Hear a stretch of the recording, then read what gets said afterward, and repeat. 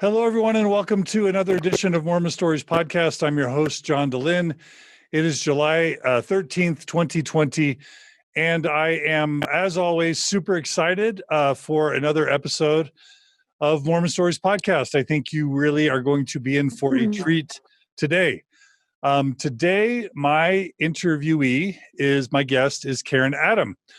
And Karen Adam is fascinating for all sorts of reasons, but one really important reason among many, well, I'll just read a bunch. So basically, Karen is from Scotland. So it's the first interview that I can remember in Mormon Stories Podcast where we're interviewing someone from Scotland. We obviously recently interviewed someone from Wales. We've done a few from England, but we've never done Scotland or Ireland, as far as I remember. So it continues that series of interviewing Mormons from around the world, Mormons and post-Mormons from around the world, and from the UK.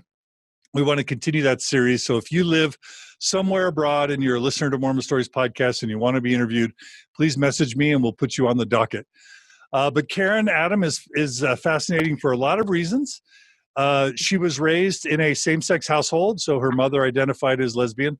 And she was raised, in a sense, by two moms, but also by her dad. But she lived with her two moms. She did become pregnant as a teenage girl in Scotland, and she converted to the Mormon Church at age 17 in 1992. So she lived as a Mormon convert in Scotland for, let's just say, 20 years. She got married. She got married in the temple. She helped raise 6 children. And so she definitely can talk about the experience of being raised, living an Orthodox Mormon life in Scotland in the 90s and 2000s. So we'll talk about that. She also had a lot of rough patches, as we all do. She has navigated divorce. She has navigated abuse and drug addiction in marriage. So that's going to be a thing. She'll talk about how members of her family experienced difficult interactions with Mormon church leadership around issues of female sexuality. So we'll be talking about that, and let's just say damaging bishop interviews. We'll be talking about what it was like for her to learn about the Mormon Church's LGBTQ policies in 2015, particularly the exclusion policy for children of same-sex couples, and just the basic, very harmful LGBTQ policies that the church has held for many, many years and continues to hold. We'll talk about her having a faith crisis in Scotland as a divorced Mormon woman. And following also a series that we've done on sort of women, the vulnerability of middle-aged women experiencing faith crisis and sometimes divorce, we'll talk about how she has rebuilt a life as a divorced ex-Mormon woman in Scotland. And it's kind of cool because she has become a public servant, a public activist, and a politician in Scotland. And so we can just talk about how does a middle-aged, divorced ex-Mormon woman become a political leader in her home country. So those are all the things we're going to be covering today on Mormon Stories Podcast. I think you're going to find this delightful. And without any further ado, Karen Adam, welcome to Mormon Stories Podcast. Thank you, John. Thanks for having me. I'm excited for this. Anything you want to correct about my introduction? No, I mean, there's just so much as well. It just seems quite a lot hearing it from somebody else. Thinking, wow, that's yeah, a long story. The middle-aged bit I didn't like, but it's okay. I won't correct you because it's factually correct. Hey, I'm 50, so tell us what that flag is behind, I'm assuming, your left shoulder. So, yeah, this is the Scottish flag. This is a saltire. So I thought I'd just pop it there to represent. Love it. Okay, well, let's start with your story. Tell us where you want your story to begin. Oh, well, I think in the beginning, basically I was raised in Aberdeen City. I grew up in a same-sex household, as you alluded to. my mum and her partner raised me. Although I did see my dad every weekend and every other weekend quite a lot during those times growing up. It was quite difficult. I didn't realise it was any different from anybody else. I thought it was quite normal for two women, to be part of that family, until peers really started questioning in that, probably about age 8, 9 perhaps. People would say, why is there another woman living with your mum? And I didn't really question it. I didn't think it was strange until other people pointed it out. Probably not until age 12, I really, it solidified in my mind, hang on a minute, homosexuality, and, oh, okay, so my mum's gay. Because she never came out. She didn't really talk about it. It was, which I think is quite forward thinking for her, because why should she have? People don't announce that they're straight, so why should she have had to announce that she was gay? It was just, I was brought up accepting that was fine, but it was difficult as a child, and with peers pointing that out, and of course they would call my mum nasty names to me, and that was hard. That was difficult. I think the whole vibe during the 80s was very homophobic, particularly towards gay men. Not as much towards gay women, but it was still there, and it was a difficult time, really. A lot of contentions around that. So yeah, there was that, and then I had a teenage romance, fell in love with my brother's friend, and consequently ended up pregnant aged 15. I had my daughter. I was 6 days turned 16 when she was born. Hey, Karen, can I ask you a quick question? Yeah. Were you raised with any religion at all? What was the kind of what were cultural perceptions about religion as you were growing up, and particularly as you were a teenage girl in Scotland? Yeah, I'm glad you've asked that, because that's quite important to get that context, because in Scotland, you don't discuss politics or religion. When I was growing up, religion was actually something to be quite embarrassed of. If you mentioned God or Jesus, if you attended any church, or you were made fun of, really, and you were seen as maybe naive and silly, and it really wasn't anything that was spoken of to be religious. But I always felt that there was something else, and even as a small child, I would be praying, but I didn't know it was praying at the time. As I think anybody does, you're speaking out, you're calling out into the void, so to speak. You're asking for help with something, or if you're low, or so I've always felt that there was something else there, or there was maybe some other higher power that could be guiding me and helping me. So I actually, there was a church at the top of the street where I grew up, and I just used to go out and play with my friends. And on a Sunday, I would actually sneak to this church to go in the children's Sunday school and learn about Jesus. And I remember going home with a picture I'd drawn of Jesus. And my mum said, "Where did you draw this? Where have you been?" And I was, quite shy and coy about it. I was at church, because it wasn't really something that, she would have been particularly proud of. But she just rolled her eyes at me. But yeah, culturally, it wasn't really seen as something that really, within my family, certainly, that we went to church. Funerals, weddings, and that was it, really. So is it viewed kind of as a secular culture, do you think? Absolutely. Oh, yes. Scotland's very secular. Yeah. Okay. Yeah. And there is a Church of Scotland, right? There is a Church of Scotland, yeah. Again, it's more a Sunday thing. Sundays, funerals, weddings.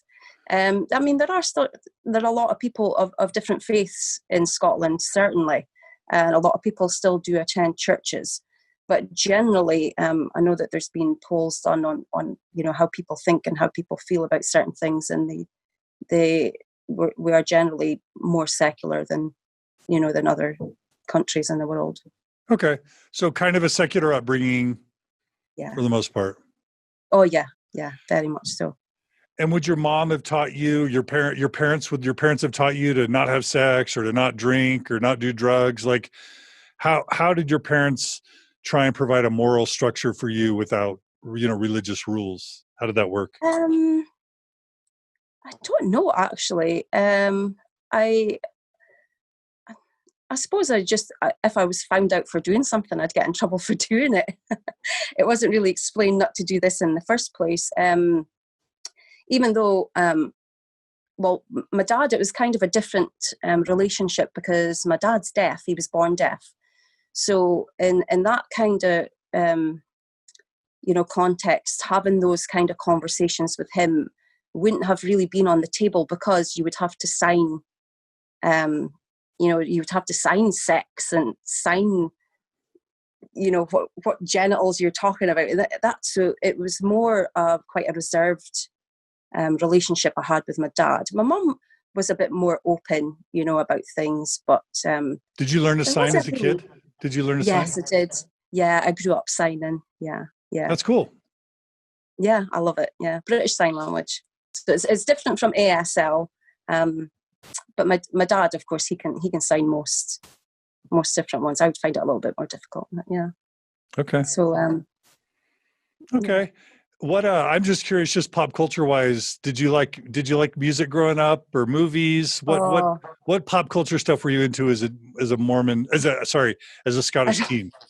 Well, so a lot of my friends were generally into the pop music that was around at the time. It was the 80s, and there was a lot of Duran Duran, Boy George, and all that kind of thing. Yeah, was a big deal, and I did enjoy it. But I must say, my mum was a huge Elvis fan, so I ended up inheriting that, so to speak. I mean, massively into Elvis.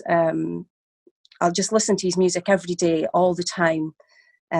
Watching movies as a young child and just swooning over him and adoring him. And as I got older, I got more into the 70s stuff, the Jungle Room sessions and things like that. So I've always been a bit different, but I love rock music. Isn't that a betrayal of your people to like Elvis instead of the Beatles? No. I think I've had this discussion with people over the years, but I mean, Elvis is king. I mean, he's king of rock and roll. I went to Memphis a few years ago. It was fantastic. And yeah, he's the man. And your favorite Elvis songs? What are your favorite Elvis songs?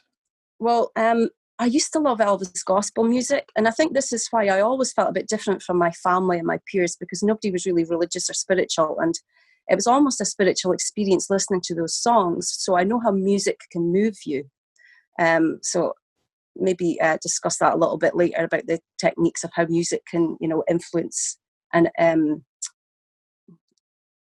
don't know how could you put this, make you emotive.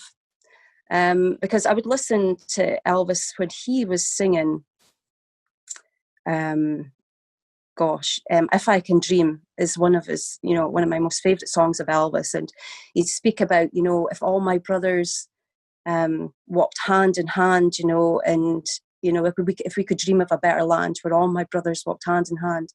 And I used to listen to those lyrics, as just a young teen, and feel really emotional about it, and always felt that I wanted to have a non-contentious, peaceful, life. And that just, I felt that, and I would really feel that within his music when he sang Amazing Grace.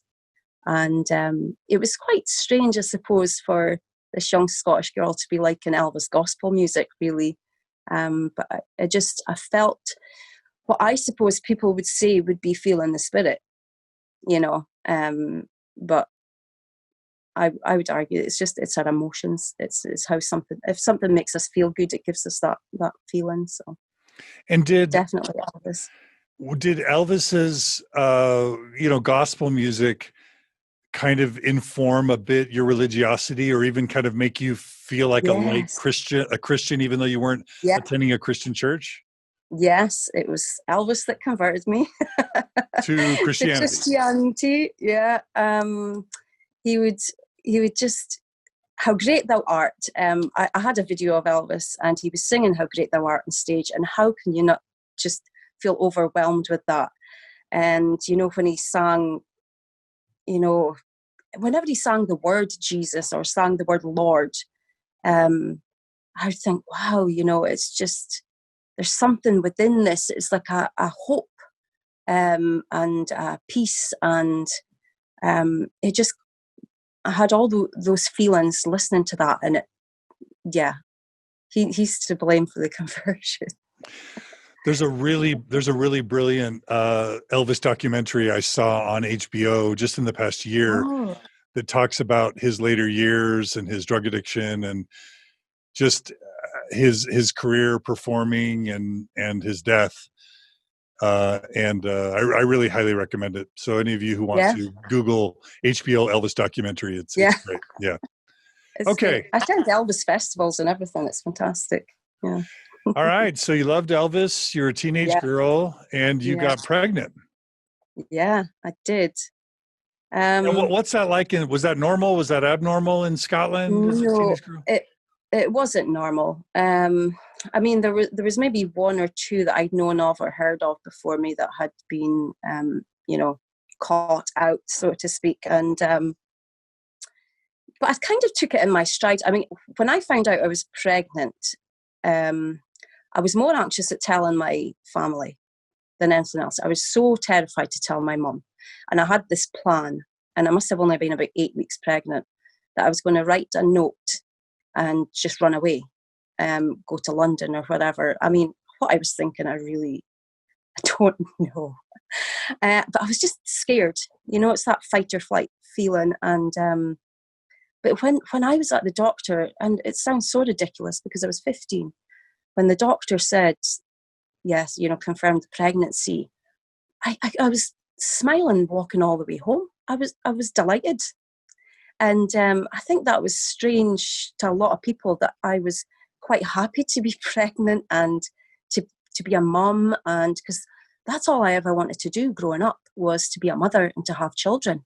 I just had such a strong desire and urge to have this family unit, this big family, and the idea of it, which just, it's not true. I mean, it's loving, but it's not as blissful and idyllic as I imagined it to be when I was 15, that's for sure. But I was quite confident in my abilities that I was going to be able to raise this child. And I didn't, you know, I was just more worried about people's reactions more than anything. I went through school. We had our exams. We have them about May, June time. And my daughter was due on the 2nd of June. My 16th birthday was on the 7th of June. And I had exams during that time. So I think I had my final exam on the 11th, and she was born on the 13th. Holy moly.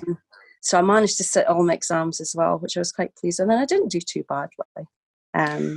So wasn't this overwhelming, oppressive shame that you experienced culturally? No, absolutely not. That's good. Yeah, I think so. Or if it was happening, it was happening behind my back. So you didn't see it? You didn't know about it? I didn't see it. Yeah. Okay. Or people would say, I can't believe you're pregnant. And I'd be like, I know. And I'd show my bump or the scan pictures. And yeah, there wasn't really that shameful feeling. Or if there was, I was completely oblivious to it. Did you talk to the boy or the man about you know, getting married? Yes. Well, I was really terrified to tell him and his parents. So this is where the interesting bit comes in regards to Mormonism, because his father was a member of the church. And I was really worried. I didn't really know what Mormons were. All I knew were they were very strict, and it was something to be, I don't know, anxious about, quite nervous about if you ever come across a Mormon, because they're very strict people. And so I didn't tell the dad for a while. I was a few months in, and it was the same. I mean, my dad didn't know I was pregnant until I was 8 months gone. Oh, wow. Yeah. He came to the door and he's signing and saying, why didn't you tell me? You don't tell me. And I'm like, I don't know. I was scared to tell you. But so it took 8 months. That's a long time to keep that secret from your dad. I know. And I was eating lunch with him every day. during the school break, because I would meet him for lunch and would have lunch, and he must have just thought I was getting fat. He didn't really pay attention. First babies seemed to be a bit more tucked in though, and I was quite young and active and fit, so I hid it quite well, really. So yeah, so I was quite scared to tell their family, although, you know, our dad did know that he called me. I didn't tell him when she was born. I went into labour, and I laboured mostly myself, to be honest, and had the baby. And when I got home with her dad called and said, "I heard you had the baby." So I don't know what it is about me hiding from any kind of confrontation, but it seems to be a running theme, to be honest. And I said, "Yes, I have." And he just said, "Come over now. I want to introduce her to the family." So we didn't actually introduce her. I was back and forth to the house. I was his girlfriend that had a baby. And then about 2 weeks later, we were sitting in the living room with his mum and dad. And that was the really scary part, because of his dad being a Mormon. And he said, "Mom, Dad, this is my daughter." And they were shocked, a bit taken aback, but his mum was lovely. She was overjoyed. And she was delighted. His dad, he said that he actually respected me for my decision to keep the baby. So that's Did you consider abortion? Did you even think about abortion? No, because for me, I was delighted to be pregnant. Okay. I am pro-choice. But for me, I was just, I didn't. Family members did try and persuade me, but it didn't feel right for me. So you were even pro-choice back then, but you just wanted the baby. Yeah, I wanted to have the baby. Yeah. Okay. All right. You know, Excellent. 15 years, you know everything. Yeah, of course. Yeah. Okay. So how did it go? What came next? So what came next was pressure to get married. And the kid the dad was Mormon, but the father of the kid wasn't Mormon. Yeah. Why didn't the dad raise the son Mormon? Because his wife wasn't. Oh, okay. His wife wasn't. So she wasn't. He was a bit of a trailblazer, really, to be Mormon at that time, because I mean, he was a member for about 10 years, I think, when I first, met him at that time. So he was baptized in the 80s, possibly early 80s, and I mean that it was really still so niche in Scotland at that time, and people were still meeting in front rooms and things like that. There wasn't really even I don't think there was a church building quite yet, and certainly not two in Aberdeen like there is now. And what's the biggest city in Scotland? There's Glasgow. Well, Edinburgh's the capital city. So so the main cities are Glasgow, Edinburgh, Aberdeen, and Inverness. So where in Scotland is Aberdeen? So Aberdeen's the northeast. Northeast. So yeah, up in the northeast corner, where all the oil is. Okay. Big rich poor divide. A lot of disparity there. Some quite poor areas, poverty areas, and some very wealthy areas. So that's Aberdeen. But there was pressure to get married. But of course, we're so young, and although I did have a child, we were taking it easy in that relationship as it was going. But he, my baby's father he had a lot of problems of his own. And looking back now, I could probably diagnose, a few things. But really at that time, we weren't aware. He was a really fun-loving, nice guy, and I was absolutely besotted. I loved him. I really loved him. I felt like he was my soulmate. And we were joined at the hip, really. We were best friends. And we just loved being together, and there was problems. So I found out that he had started to take drugs. I wasn't quite sure what they were at that time, what he was taking. So at this point, I should point out, actually, I moved out of my mum's home, and I had my own flat, or would you call it an apartment? Yeah, flat's So it was like flat's cooler though. Flat sounds yeah, cooler. flat. So I had a flat. It was like a 2-bedroom flat. And I'd moved in there with my daughter. So he was moving in with me, but I was down at it was round the corner from his parents' house. So we visited every day and saw them every day. But some days I wouldn't see him for hours on an end. And there were some strange characters coming back and forth to the door. And his behaviours started to change. He wasn't the easygoing, fun-loving guy. And then I found out that he was taking heroin. He was smoking it at that point.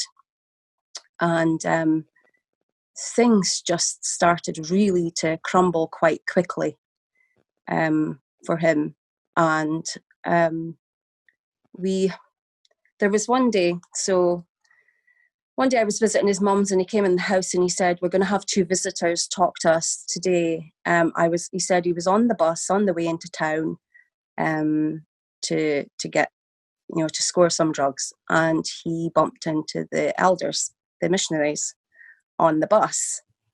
And he said he struck up a conversation. He was quite open with them, and he told them what he was going away to go and do. So, I mean, thinking back now, those missionaries must have been thinking, "Oh, fantastic, this is great. This is great stuff." And then to find out that his dad was a Mormon, they must have just thought they'd hit the jackpot. So they were lovely guys. Actually, I just saw one of the missionaries again for the first time. It was about 3 years ago when I came to visit. I came to Utah, and I went to visit him. At that time, I was still thanking him for helping me join the church, but that might change now. So they came in and were speaking to him in his room. But I wasn't allowed in this conversation. But I was trying to listen at the door, and I couldn't hear what was going on. And I was so curious as to what was being taught and what do Mormons actually believe and what do they think. So after they'd been over maybe 2 or 3 times, and then they asked if I would like to, join in the discussions. So I said, yeah, sure, and I mean, thinking of the context as well, me being an Elvis fan, I had never met an American before in my life. And here's these 2 young American guys with that accent. It was like, wow, they're like movie stars. Where I was from in Scotland, you just didn't, well, I didn't meet, where I grew up, it was a council estate, and it's kind of like the suburbs, it's social housing. So to me, this was just, quite glamorous as well, talking to these young Americans and asking them what America was like. And I was just fascinated by it all, and I loved hanging out with them. So myself and my boyfriend at the time got talking to them, and they gave us the discussions, and I just took it all in, just like it was the truth right there and then, and believed every single word that they told me, and every question I had, they answered, and took it as it was gospel, excuse the pun. Yeah. And so we decided to get baptized. Let me just ask you, you may not even remember this, but like American missionaries coming, telling you that some American in 1820, God talked to him, that he got golden plates from an angel, translated a book of scripture that was a compliment to the Bible, that Native Americans were from Israel. Was there any point where you're just like, that doesn't make sense, or how can that be? Or was it just like... No, I was, wow, is this for real? Wow. I just, honestly, like a bowl of soup, I just drank it all up. And I loved it. I think it was the missionaries, it was traveling with them. And I think I trusted them. And I think that's an important point to make when there's people that you get very close to and have connections with, and you become really good friends with them. You trust what they're saying. And I thought, these guys aren't stupid, and they know what they're talking about. And because of how they lived their lives, because they were so disciplined, there was respect that I had for that and that I saw within them that I wanted, because if, going back over my life and how, it wasn't exactly traditional upbringing, and I'd had a few wild moments in my teenage years. So to see that structure was really comforting, to know that there was boundaries, and these guys just seemed to be so happy with it all. So I couldn't wait to be baptized. Throwing Jesus in the mix as well. I'm like, yeah, count me in. I'm in it. Love Jesus. But we had to get married first, or we had to live apart. So what we couldn't really. I wanted a proper wedding. It was my wedding day, and I wanted a proper wedding. So although I was baptized, so that was 91, because my daughter was born in 91, spoke to the missionaries. Early 92, we were both baptized on the same day, 1992, 5th of July, I think it was, 2nd of July maybe, 1992. And we didn't get married for another 2 years after that, because what happened on the day that I was baptized, I didn't feel myself. It was too big of a change for me. Culturally, I was thrown into this because we hadn't really been going to church every Sunday. We hadn't really integrated into that church culture or lifestyle. And all of a sudden, I think my boyfriend at the time, he was looking for a way out of the path he was going down. And for him, I thought, okay, this is, it's important for him. I felt like I believed what I was taught was to be true, but at the same time, it was really scary. It was scary and strange and overwhelming. And on the day I was baptized, I went back to his mother's home, and we were both there, and he just took off to go and get drugs. And I was just so disheartened, because I thought this was the start of something fresh. And I remember just cracking open the bedroom window and taking a cigarette out and just smoking it out the window. And I thought, oh, well, that was that then. That's not going to stick. But of course, the missionaries came around again to speak to us, see how we're getting on. And I said, look, I had a cigarette. I don't feel like I can do this. I didn't feel myself. I felt strange. So it wasn't really easy settling into that life.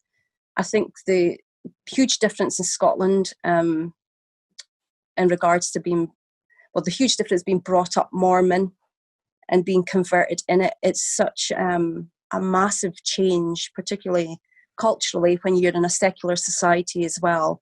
And, it's going to church and believing in Jesus Christ and committing to these things just wasn't part of my life. And to do that was huge. But we went back and forth to church a few times. The drugs got worse. I found out that he'd started injecting. He was getting into the friends were quite scary, and then he started to become violent as well, which was really really difficult to deal with, being so At this young. point, you had not been married, is that right, or you had been married? So, no, I hadn't been married. Okay. Yeah, I thought as you said that, I just want to make sure. Yeah, so we were baptized in 92, and we were back and forth to church right up until we got married in 1994. What led up to that was I was promised, that the drugs thing was done with. He'd gotten clean. He had promised to change. There was pressure from the family to get married, and I felt pressure being Mormon, because I believed the church, I really did. I believed in it, but I didn't feel like I could live it. So I was living this constant guilt, every day back and forth. I remember the meeting with the bishop at the time regarding my wedding dress, and being told that, remember, you won't be able to wear white. And I was absolutely devastated. I was just devastated. he was, we were discussing plans for the wedding, and I was so excited about it. I thought, okay, we're going to have a fresh start here. Things are going to be great. He was always in and out of drugs. That's the thing. He would have periods of time where he was himself, or he seemed to be himself.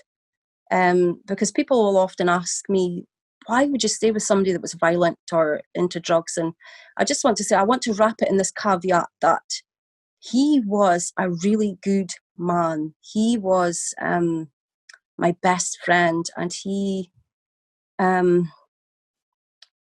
did good things, said good things, had good intentions. And I think we automatically think, somebody's either good or bad, or everybody has a baseline.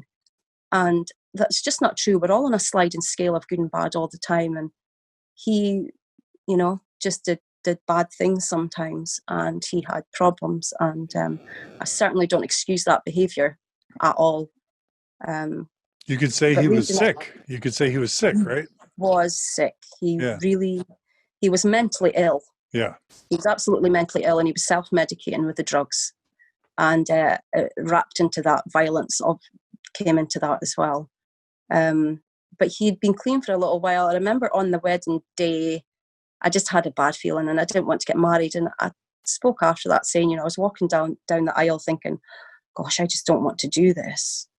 I really don't want to do this. But I did it. And just after we'd had our first dance at the wedding reception, he was asking me to ask family members for money. And he took the envelopes of money that we'd had. He sold some of the wedding gifts.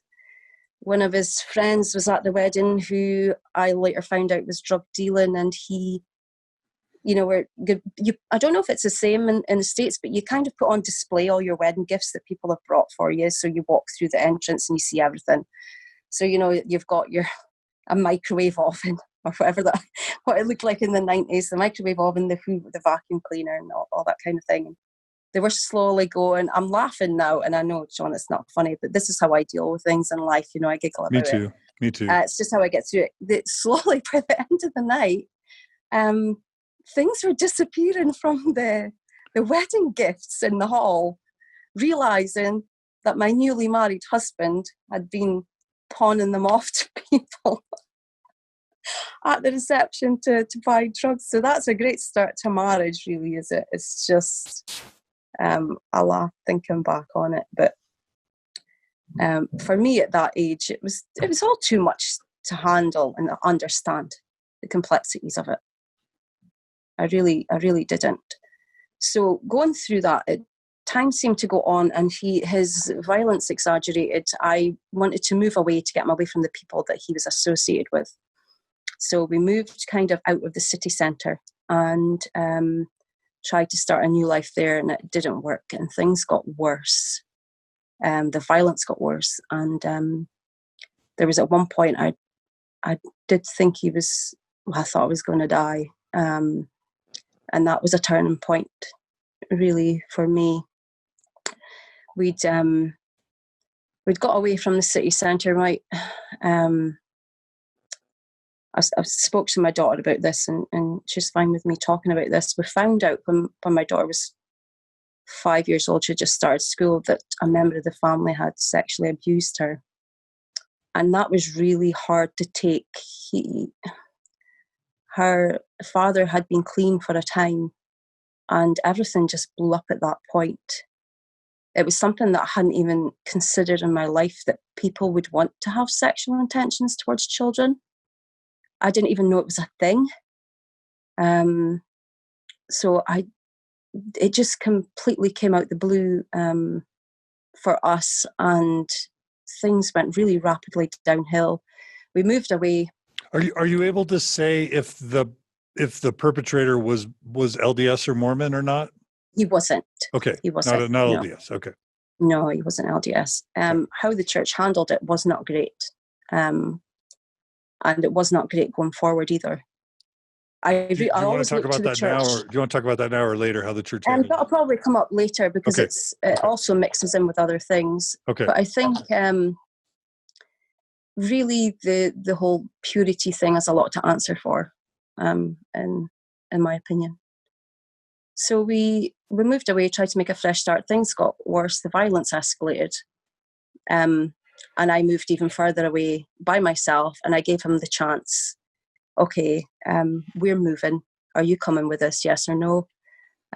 He moved, and it was within 2 weeks he'd started the whole cycle again. And I just told him, sent him packing, and that was that. As quick as that. I mean, I think I was reading somewhere it takes about an average of 7 times before women leave abusive relationships. I think it was probably a lot more than that, but it got to that point, and I was just done. And I completely immersed myself in church. I'd moved to a completely new ward, and the people were fantastic. I just instantly clicked there. I received a calling. I'd never been that fully active before, and I was the youth Sunday School teacher. And I really enjoyed that. I loved it. And I felt for once there was safety within that routine, and again, the boundaries.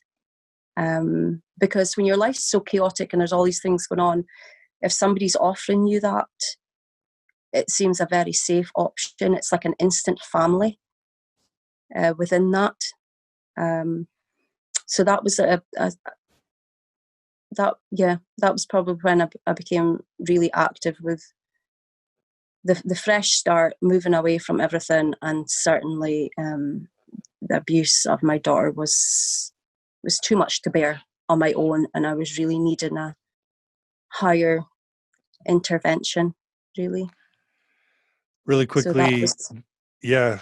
Sorry. I just wanted to throw something in. So we're live streaming on Facebook, and Jay Christie says hi from Scotland. So there's at least one other Scottish listener. Christie, I know that last name, Christie, but it is a popular name. But I was also just going to say, one of the things that some of my listeners get really mad at is that I'm not willing to just condemn the LDS Church as just all evil and all bad. That I actually believe the church exists and continues to exist because it does a lot of good.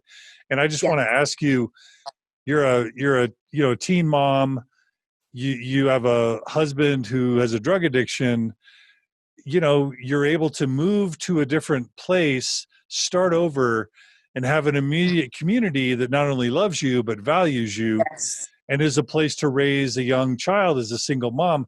That's got to be an amazing and a positive asset in your life that would probably make you, I'm wondering if it would just make you feel very grateful, regardless of what happens later with the church. Like the church was really good for you for at least a time. Is that right? Oh, absolutely. The people within the church, I was taken in as and treated like a daughter by one family who, they would have me over for dinner. They came over to the house. They made sure I had furniture that I needed. This ward in particular, I've been at a few different wards in my lifetime within the church, and this ward in particular was family. They really did care for me and my daughter. That's the people.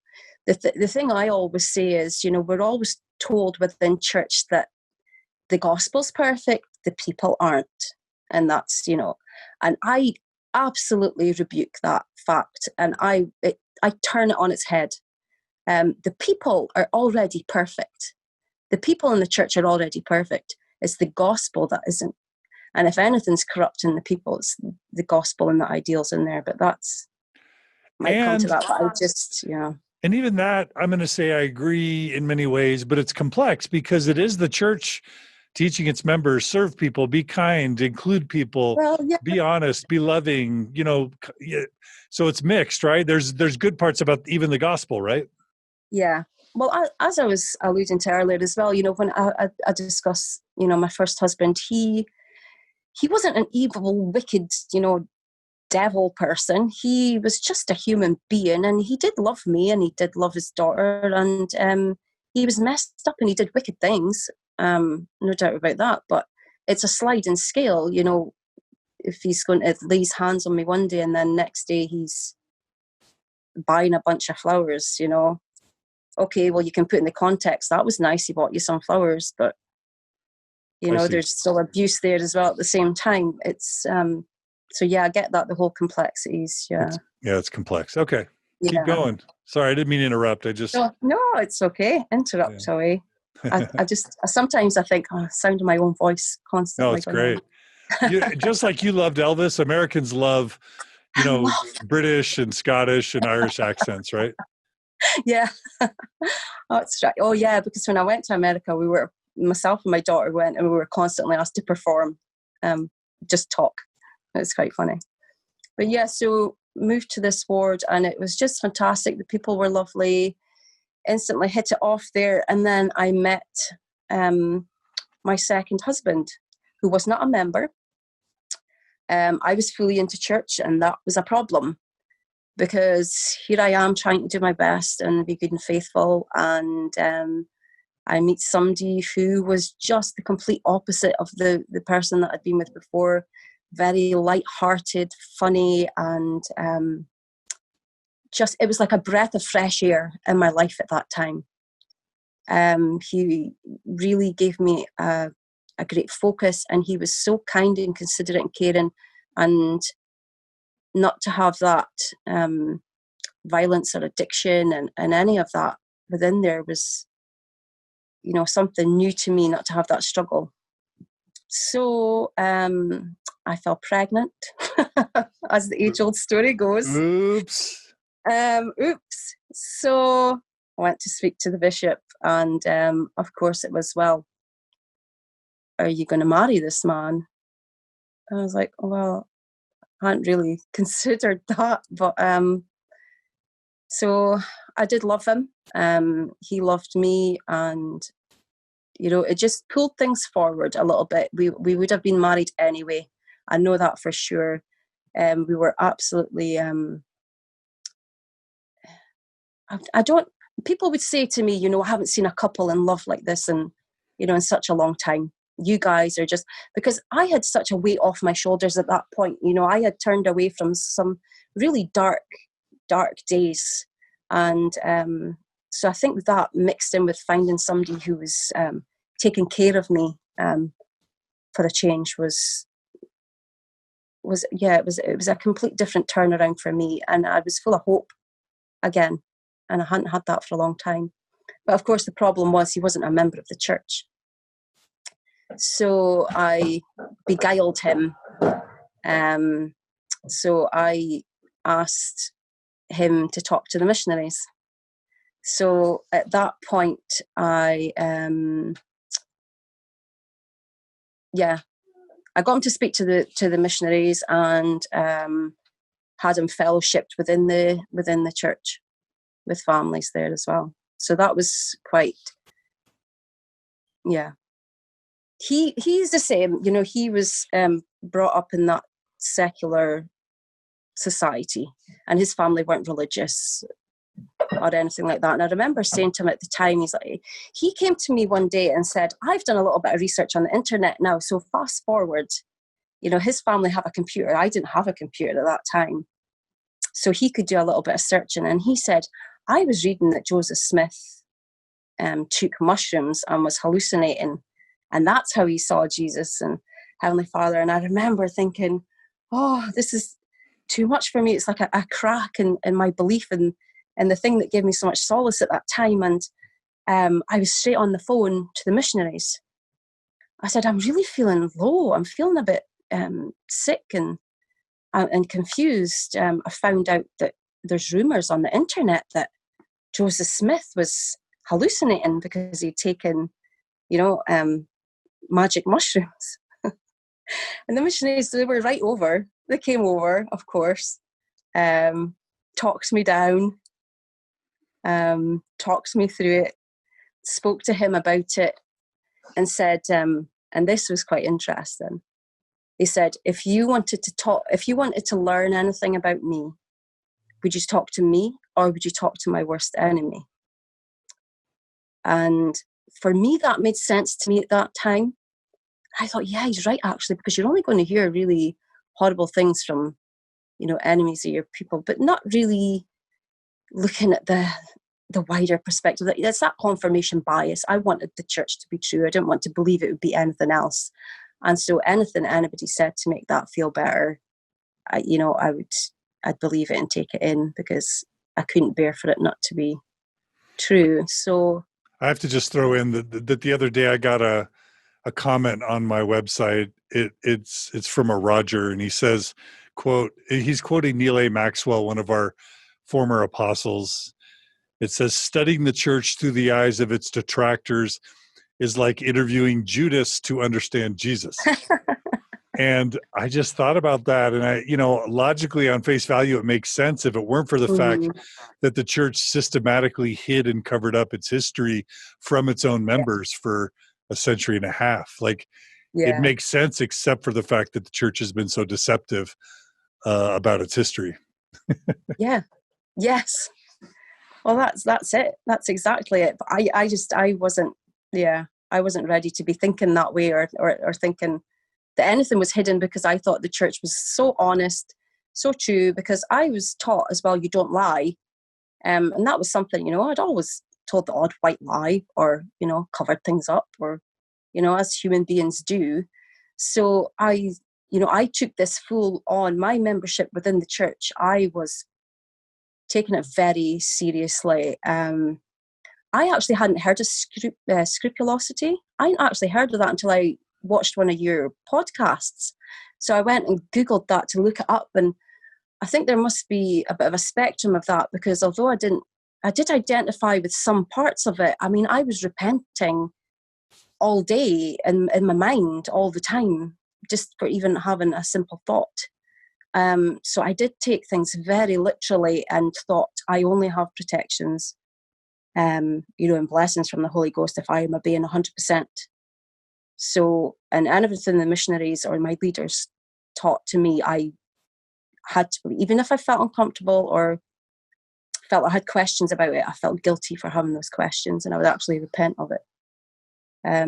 So I really was at that point gaining momentum in my strictness, I suppose, my orthodox, being quite orthodox Mormon. So I had to tell this man that, we have to get married if we're going to stay together, because I want to keep on going with the church, but I want to be married to a church man. So he would have done anything for me. So he did, and he got baptized. And although it was a rocky road in the beginning, the both of us just went headfirst into the Mormon community, and all our friends were Mormon. We had missionaries over almost every day, at least once a week for dinner appointments, and they were like our friends, really. And we ended up I had 5 more children in that, and within that time we were very active, serving in callings. Was it 4 more children or 5? Was it 4 more children or 5 more children? How many total? You were pregnant at the time. I was pregnant, yeah. So 4 more after 4 more after that. So 6 total. 4, 5, 6. 1, 2, okay. Yeah. Okay. I still count them. Yeah, even when I make dinner, I put out plates, still have to count them. Yeah. So we moved, though. We did move. We found that difficult when we moved back. So we moved back to Aberdeen. My grandmother had passed away and our house was empty. Our house was busting at the seams with all these babies, these Mormon babies coming out all over the place. So we, actually I had my 4th when I was still living down. It was, it's like south of Aberdeenshire. So we moved back into the city. I just had the 4th baby. I had quite a bit of PTSD with that, actually. That was quite a traumatic birth and ended up in emergency section. And I think I was quite low with that for a while, but didn't recognise it at the time. We kind of fell less active. The church was further away to get to. I wasn't pulling it together. I always felt like I was pulling the family to church and I was keeping it all together, and almost like he was going to bolt from it at any minute when things got a bit too much. I never knew if he was fully immersed. I think he loved the culture. He's a very extroverted, sociable person, and I think he loved that aspect of it. Whereas I was in it for eternal family. I'm not saying he wasn't, but he could live in the here and now a bit more. I was always living for my eternity.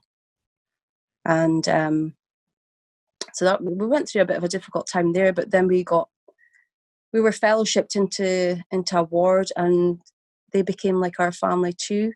We had a few rough years. One of my sons was diagnosed ADHD and autistic spectrum disorder, and that was so difficult. That was really, really hard, because I didn't know what autism was. I hadn't heard about it or anything at the time, but I just knew there was something different with my child, and it was really hard times at that point. But we were getting through that. We had good community. Church was fine. Again, I think when we were young and married and having these young children, it seemed like everything was great. Until... Everything was great, right? I mean, wasn't everything great? I think it was great. I must say, the whole time, though, I felt like I had to be obedient. And I remember sitting at testimony meeting one time, and this woman got up and said that, sometimes she felt like she was a prisoner of her faith. And I thought, oh man, I feel that. I really feel that. I feel like everything I'm doing is for this eternity and for this future, and raising these children to, we have to family meeting on Mondays, getting my daughter to youth on Tuesdays, and we've got missionaries always over there. We've been asking to go joint teachers. We're doing our call-ins. We're paying for lessons, and then Sunday, and all of a sudden our families are getting a little bit left in the wayside. Because in Scotland, I suppose it's different if you're brought up within the church. There are those families. But if you're a convert and your families aren't members of the church, you're not really seeing them that often. There is a divide there. It's difficult for even social situations when you go to birthday parties, things like that. You would have to say, well, I can't do that because it's on a Sunday, or they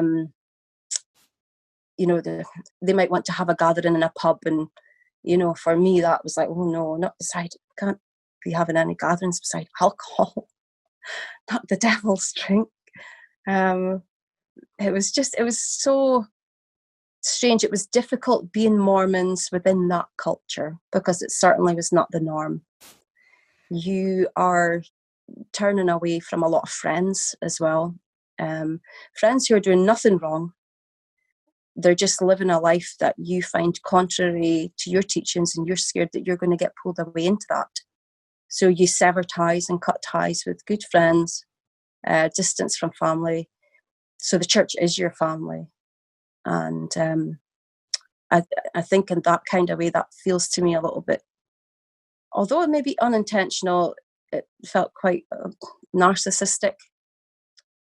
How, you get into certain narcissistic relationships and they start distancing you from people who would think differently from you, or pull you away from what they want you to do.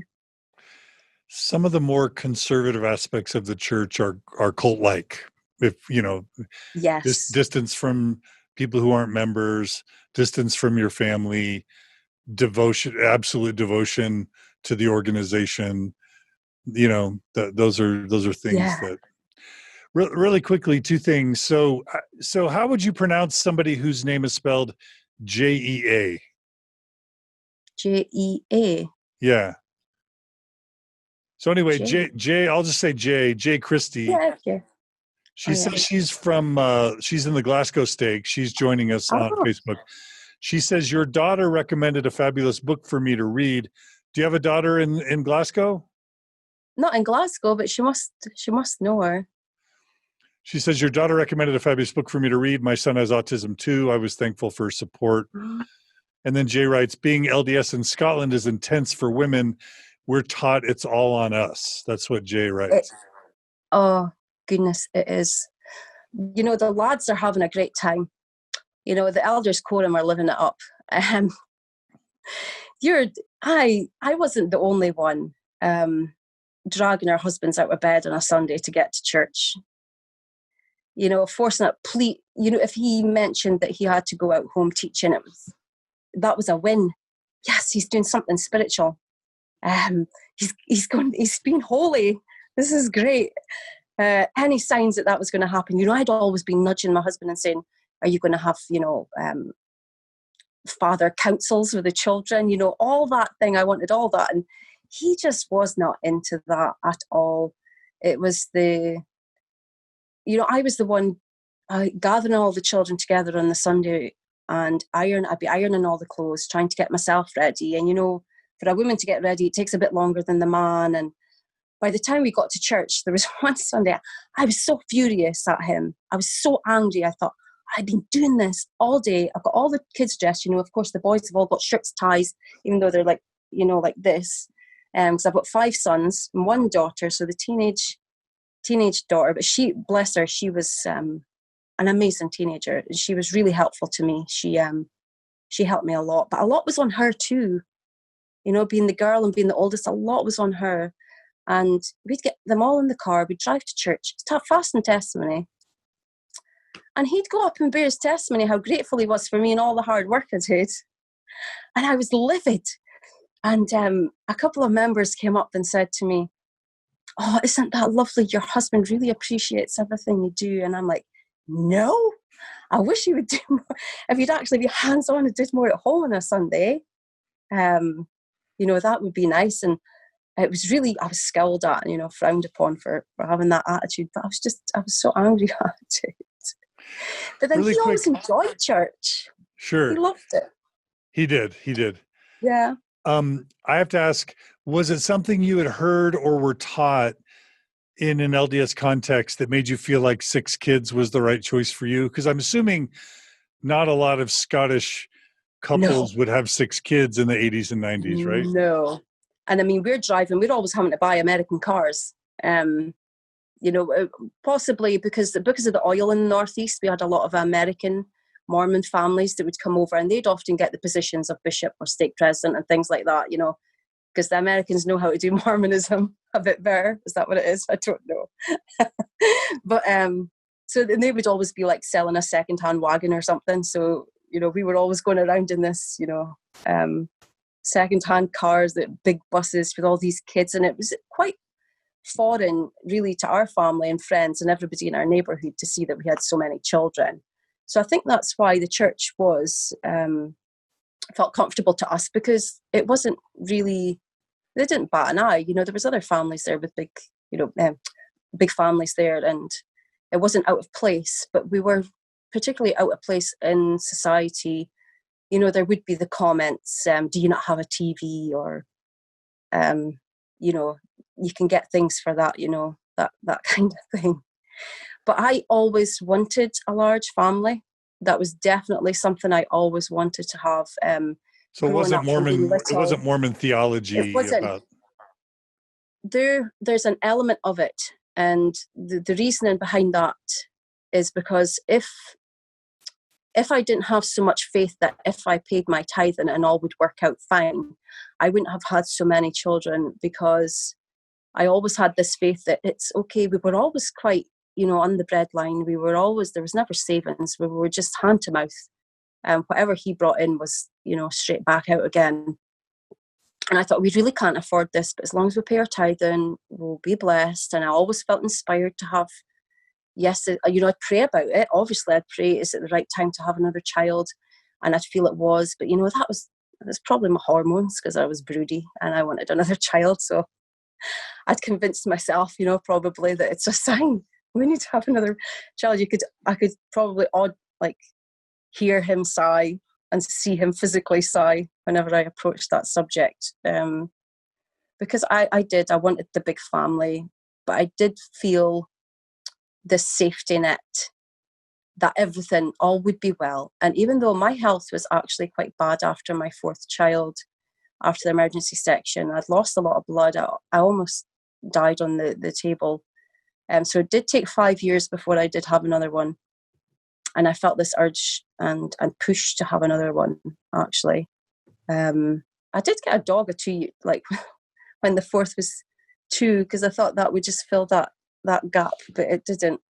So people always wonder, why did you have 5 years between your 4th and 5th? And I'll say, well, we got a puppy in between times. But it didn't work.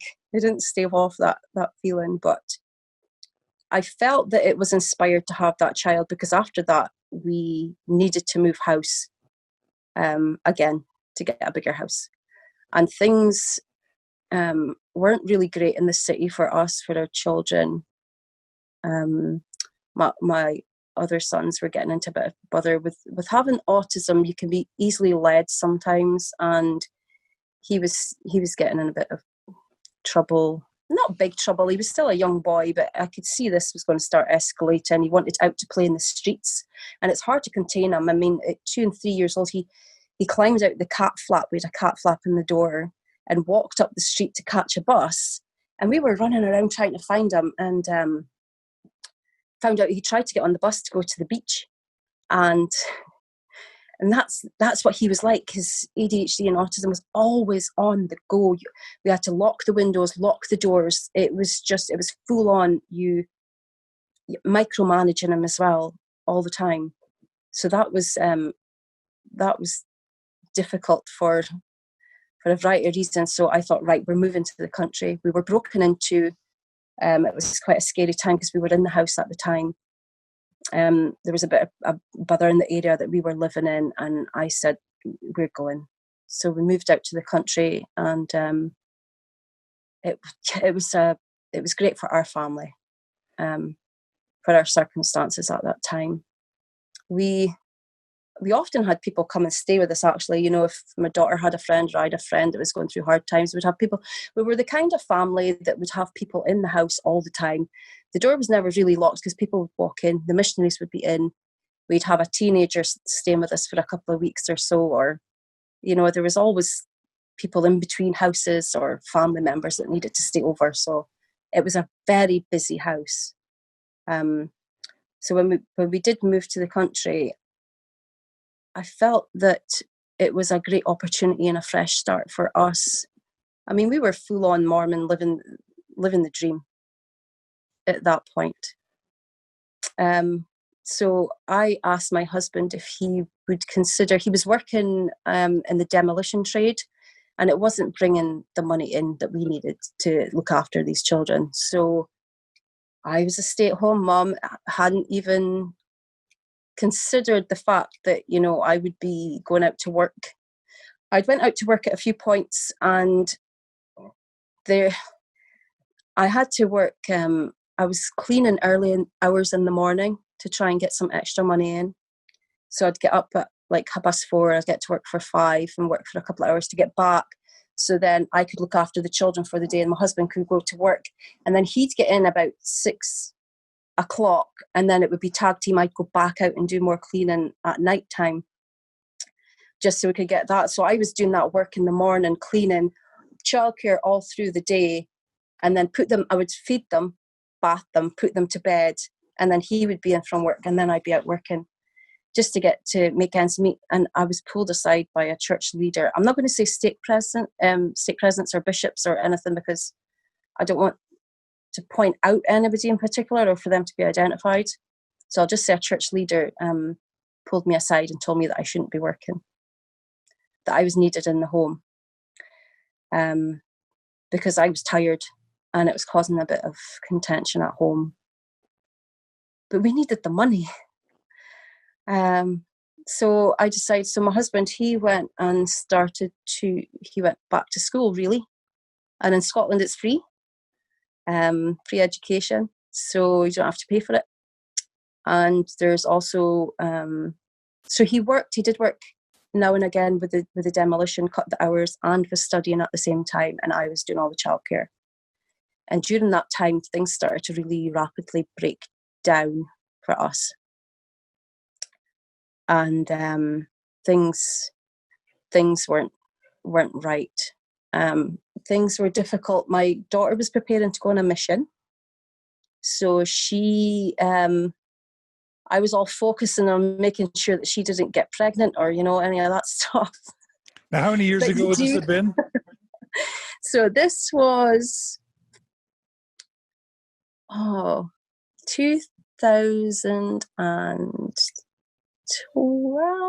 Okay. 2012. So about 8 years ago. But 8 years ago, yeah, Okay. because we had a reminder. Actually, yeah, I had a Facebook memory of our mission 7 years ago, where she'd moved places. So my daughter went on a mission, and honestly, that was one of the worst days of my life. I was inconsolable, and I didn't expect to feel the way that I did about that.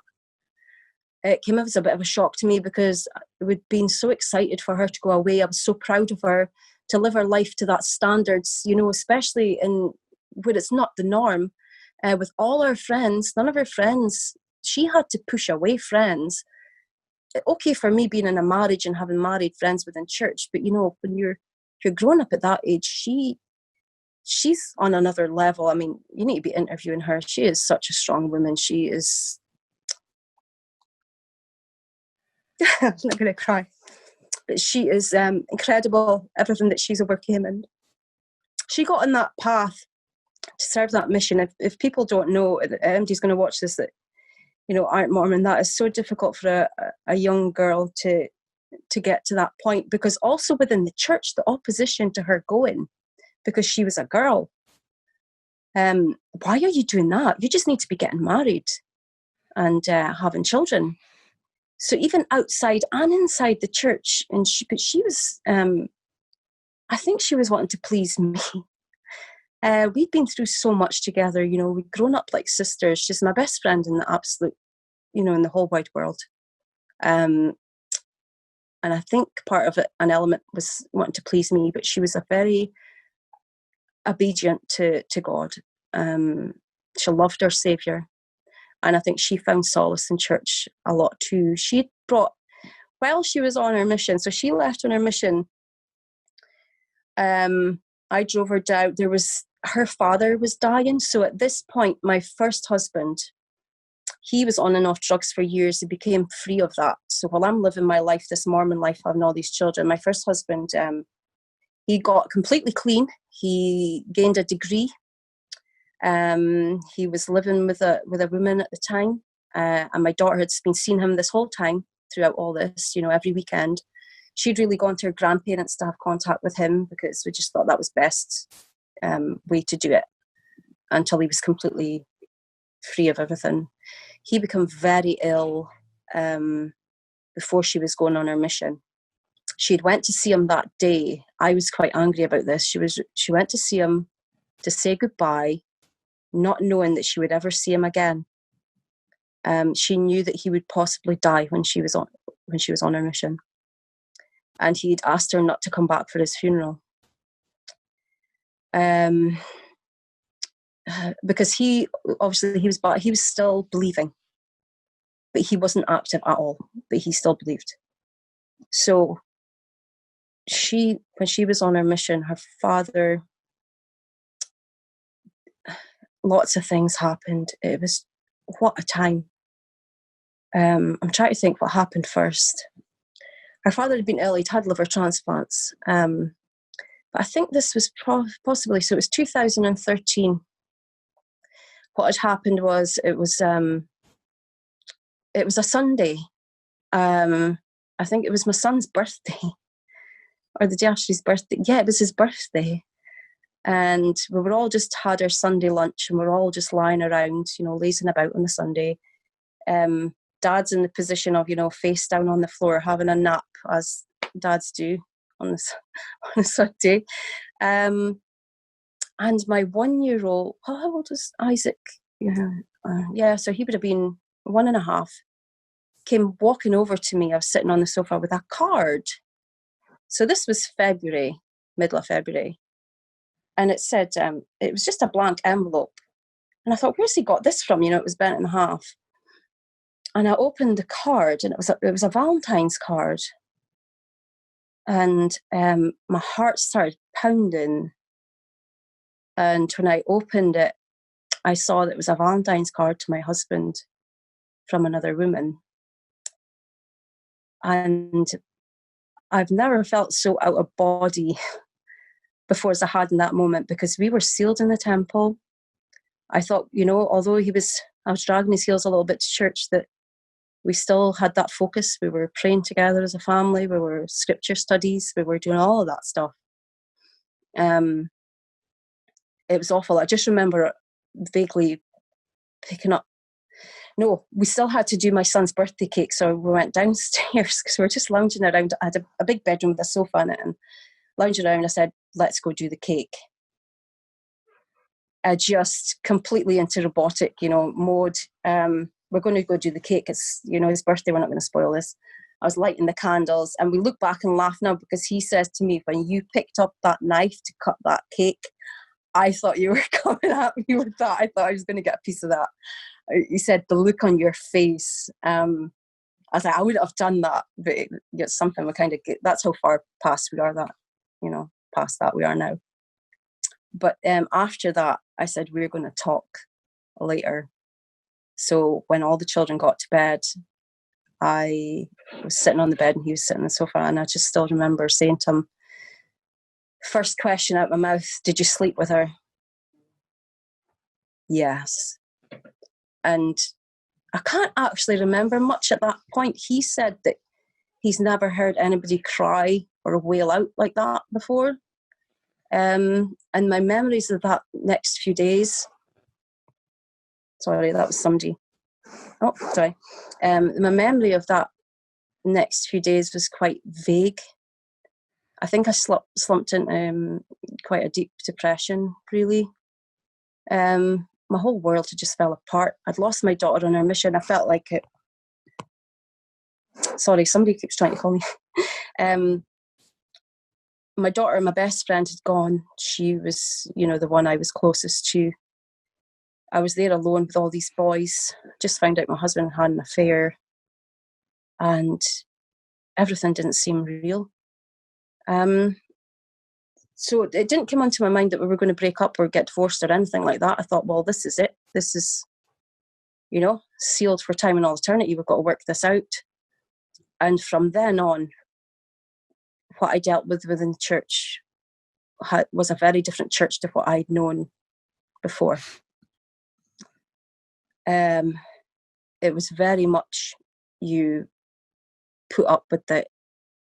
You think about the children. You have to get over this. You have to forgive him.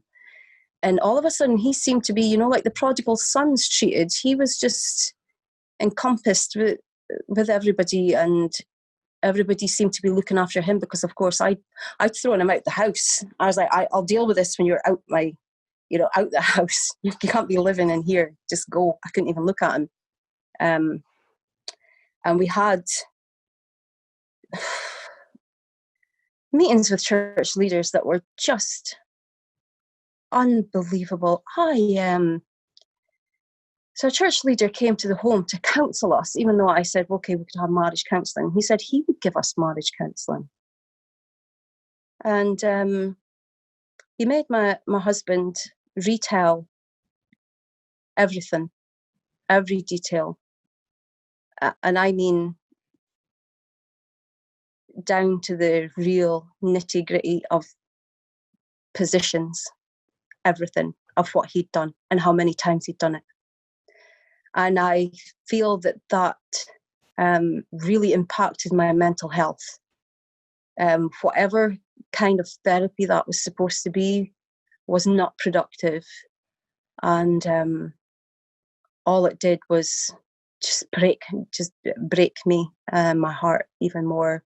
And I couldn't really look at him after that. We had to go through, he went through church discipline, which was an absolute joke. That it was his friends that were all there. They were all men that were his friends that were sat around a table. We're talking about a man that has Melchizedek priesthood, that's sealed in the temple, married man that had a calling. And of course, I mean, I don't want fire and brimstone on this man either. I'm not out for any kind of revenge or anything. I was broken. I was just wanting some kind of peace to get it back together. And I thought he would face some kind of, Because here's me, I'm living my life in a way that I'm scared to even drink Coke, Diet Coke, because I am cutting out caffeine. I am repentant daily of even a swear word in my head. But yet here's somebody that's done a sin so huge that you're told that's so close to murder. And nothing happened. There was no discipline. I Nothing. remember Not even disfellowshipment. No. Huh. Nothing. Because the priesthood in the home was more important to me and the children than anything else, even though he wasn't in the home. But to have him fully active was seen as their preferred method, I suppose. Which was, I didn't feel that. Then it seemed all to be put on me that I seemed to be having more counselling with the leadership of the church, telling me that I needed to forgive him, that I needed to move on, that the family can only be repaired through me, that it was all on my shoulders, even though I had just been through this devastating, time to find out that had happened. It was incredibly difficult. It's so vague all around that time, honestly, because there was moments I was lying in my bed and I just thought, I cannot physically move my legs to get out of my bed to go to the toilet. I had to drag myself to go to the loo because it wasn't that I wanted to die and I wasn't suicidal. I didn't feel that at all, but I didn't want to exist. And I don't know what that is, but I wished I didn't exist. And so here was then leaders coming to my home. So then at one point I said, I don't think this is going to work. I spoke to the church leader and said, I can't. I can forgive, I can get past it, but I don't want to live with him anymore. It's my boundary, it's my line. He's crossed it, it's ruined it for me, and no, I don't want to be with him anymore. The church leader came to my home. Now, I'm there on my own with the 5 boys at this point. And this was a Sunday evening. And he stayed in my house until 4 a.m. trying to convince me to stay married to my husband. He told me this. Actually, I'm kind of glad he said this to me because this just really fired me up and got me more determined. He said that divorced women never make a success of their lives. Now he came over about 8 p.m. and that was about 4 a.m. before he left. I thought, what is he doing? The same church leader that made my husband spill all this stuff in front of me. I was just livid. I was raging at him. I thought, how dare you? Like, how dare you tell me that I am nothing without a husband and a man in my life, and that so a man can continually do these things. With my history, men can just continually do these things to me and get away with it, and I just have to put up with it and have the babies and raise the kids and be quiet. No. I'm kind of glad he said that because it really fired me up. But I decided, I think we were still friendly. We went on a holiday together. I tried to be friends because of the children. I tried to heal that part of it at least, so we could be civil to each other. We had one last ditch attempt. We went on holiday together. We were abroad at the time, and then I got the phone call to say that my first husband had passed away. At this point, my daughter's on her mission. So she's serving a mission, and she gets a phone call telling her that they didn't take her into an office, they didn't chat with her, they didn't sit her down. Said she was walking up somebody's path, and the mission president called her to say that her father had died. And of course, he hadn't wanted her to go home for the funeral. She wanted to honour his wishes. I couldn't go to the funeral. I couldn't go and comfort her. I was abroad at the time, and she'd also found out that at that time that her stepfather had an affair and her mum was just suffering.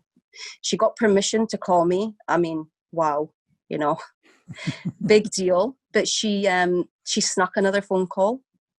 And I even remember still at that point, even though, her mum, who she's very close to, is really, really low. And I'm saying, are you allowed to make this phone call? Even at that point, and everything that's going on. Are you allowed to be calling me? And she's saying, so she called me again when she didn't have permission this time, but she's called me. And I said, Christine, I don't know what I'm going to do. And she said, don't you dare give up. Don't you give up now. I am on my mission. You know, don't do it. Don't, you know, it's not the time to be doing this. And I was like, okay, I won't. I went to the temple. I went down with a couple of friends because I thought that's where I need to go to get this, I don't know, it's buoyed up. And it was the first time I'd ever been to the temple and felt absolutely nothing. Felt nothing. I thought, what even is this? This is nothing to me now. When I went through the temple and they were talking about obeying your husbands or whatever. What was that? What's that bit in the hearken unto your husband as he hearkens unto God. And I'm like, what a crock. And then it spoke about being, what's the part? It tells you about adultery. What's the adultery part? I have been through a few times. I can't remember. Just the law of chastity. Yeah, the law of chastity. That's it. Yeah. I remember feeling so sick at that one because I'd been reeling after, you know, what he'd done. And I thought, this is just a reminder. This is just stirring up everything that's just not right with me and my family right now. I just didn't enjoy it. I felt like all I had to do, all the inspiration I ever felt that I had to do was to protect the children. And that was it. Amongst everything else, it was like right now, you're into protect mode and buffer them from everything that you possibly can. So this is all happening. My daughter left our mission. My husband had an affair. My first husband died. All within 6 months. It was incredible time. And over that time, I hunkered down, told the kids, right, listen, your dad's out the picture, but this even more now, you know, than ever, we need to be sticking in at church. But every time I went to church, I just felt I didn't feel like I belonged anymore. I'd loved my callings. I'd loved being young women present. That was just the girls. I loved that relationships I had with them, and I still feel that close to them now. But I actually unfriend them on Facebook and things and don't really talk to them because I don't want them to feel sorry for me. Because there's nothing to feel sorry for, but I know how, you know, a lot of them are still active and I just know how their mind works. But I did try for a while, and I think we got to, so that was 2013, 2014.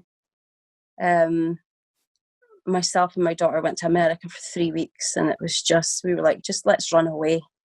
I hired a Mustang convertible and we drove from San Diego to LA. I did the whole Hollywood, then we drove to Vegas, and then we drove from Vegas to Utah, and it was just incredible. But we'd flown into Memphis, actually. I went to Memphis first and hired a big, those big SUV things. It was just the two of us in it, and it was huge, massive. I thought, if we're going to there, I want something that a rap star's got. You know, I want to be cruising on one of them in Memphis. So we did all that. So that was 3 weeks of just an absolute dream. But I thought this was going to heal a broken heart. So it was quite poignant, actually. So I checked into the Heartbreak Hotel on Graceland, on the grounds of Graceland. And I remember walking in the doors thinking, you know, this is the grounds of Graceland. I'm at Heartbreak Hotel. Like, how perfect is this? And the TV was 24/7 Elvis. It was just incredible. I went in and I had, you know, the whole Elvis thing. I was sobbing, crying doing the Graceland tour, and we went to Tupelo and we drove to Nashville as well on a whim because there was returned missionaries. Of course, we know a lot of returned missionaries from all over America. So we were texting one and he said, "Oh, I'm in Nashville." And we're like, right, 4-hour drive from Tupelo or whatever it was. So just drove there. And we just had an amazing time and got away from it all for a while. And during that time, I think I went to Utah and I realized that the best time that I'd had wasn't there where the church was, that it wasn't all about church, that the joy that I could have in my life was spending that time with my daughter. It was just us. I mean, we drove up the strip in Vegas in a Mustang convertible with it down with our sunglasses on, and just living at large, having a great time, and going to see shows. And we saw Elton John, and then I went to Utah, and I was there for the Spirit. I was there for help me, heal me, get my family back on track. And I sat in conference. We went to conference, general conference, and I saw the homeless. I saw the big shopping mall. The culture was so different. The people that I reconnected with was amazing. It was great. Again, it was the people. But sitting at conference and listening to the general authorities talk, I didn't feel what I thought I was going to feel. Which made me think, okay, so this has been within me this whole time anyway. It's maybe what, have I been making up this spirit because I'm not feeling it here? But I surely felt it when I was in Graceland. I surely felt that feeling when I was standing at Elvis's grave, so that I started to question things there when I started to find joy in other things. And then, of course, 2013, so that was the beginning of 2013. As that year went on, Scotland was having this political awakening. So we were going to be having the referendum on will we become independent from the UK. And I really got stuck into that. I'd always been, the church felt like home to me because I always felt we were trying to do something good in the world. We were trying to spread, this goodness, and I was compassionate service leader, and I loved that. I loved helping people. I loved the young women. It's all I ever wanted to do. And I realised that we could do this on a bigger scale. It doesn't have to be within this Mormon bubble and this Mormon culture. And the more I was reading about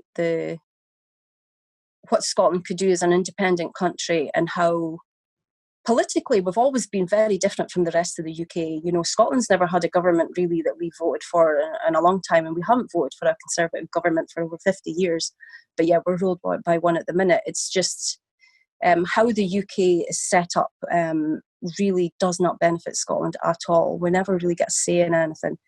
So when I see social injustice, that's when I get furious. I have been through having a drug-addicted husband. I've been the woman that's been abused. I've seen what it's like to have no money. I know that it's not all making of my own.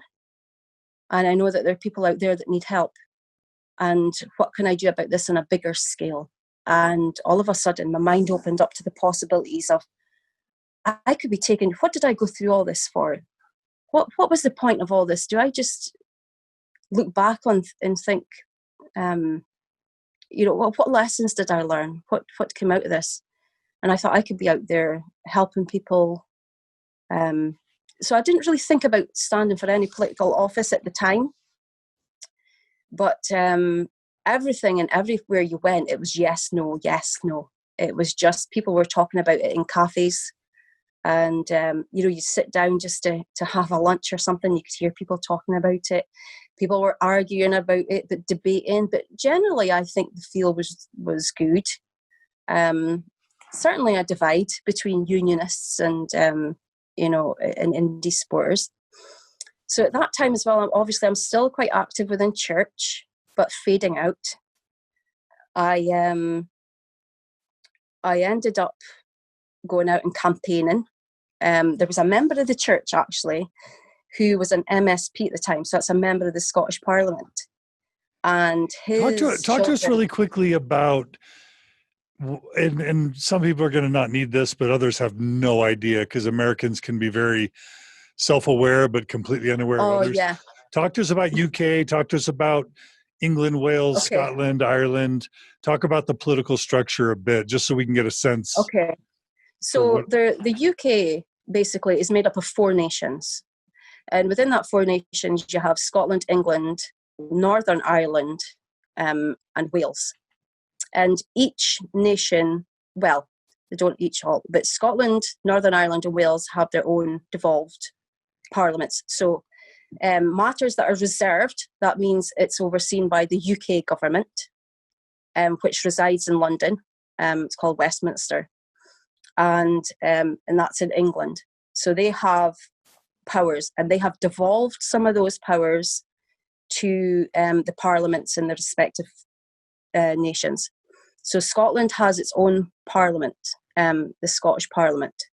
So a member of parliament, an MP, is for the UK government in London.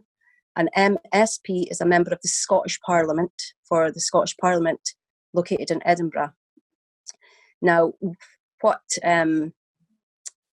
although powers are devolved, not all of them are.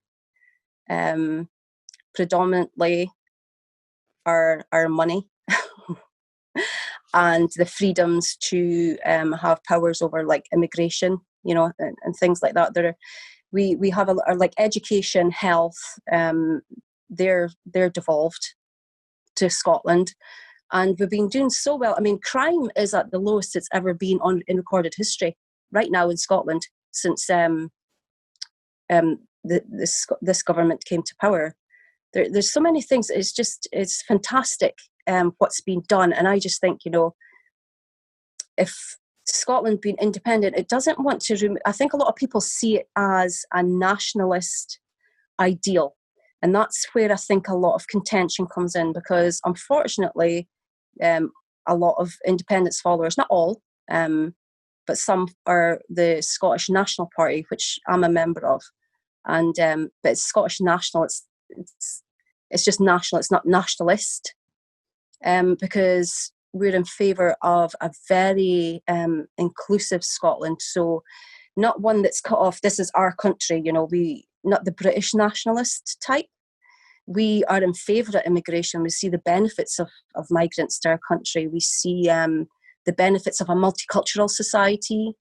So it's more inclusive and in favour of equalities. So I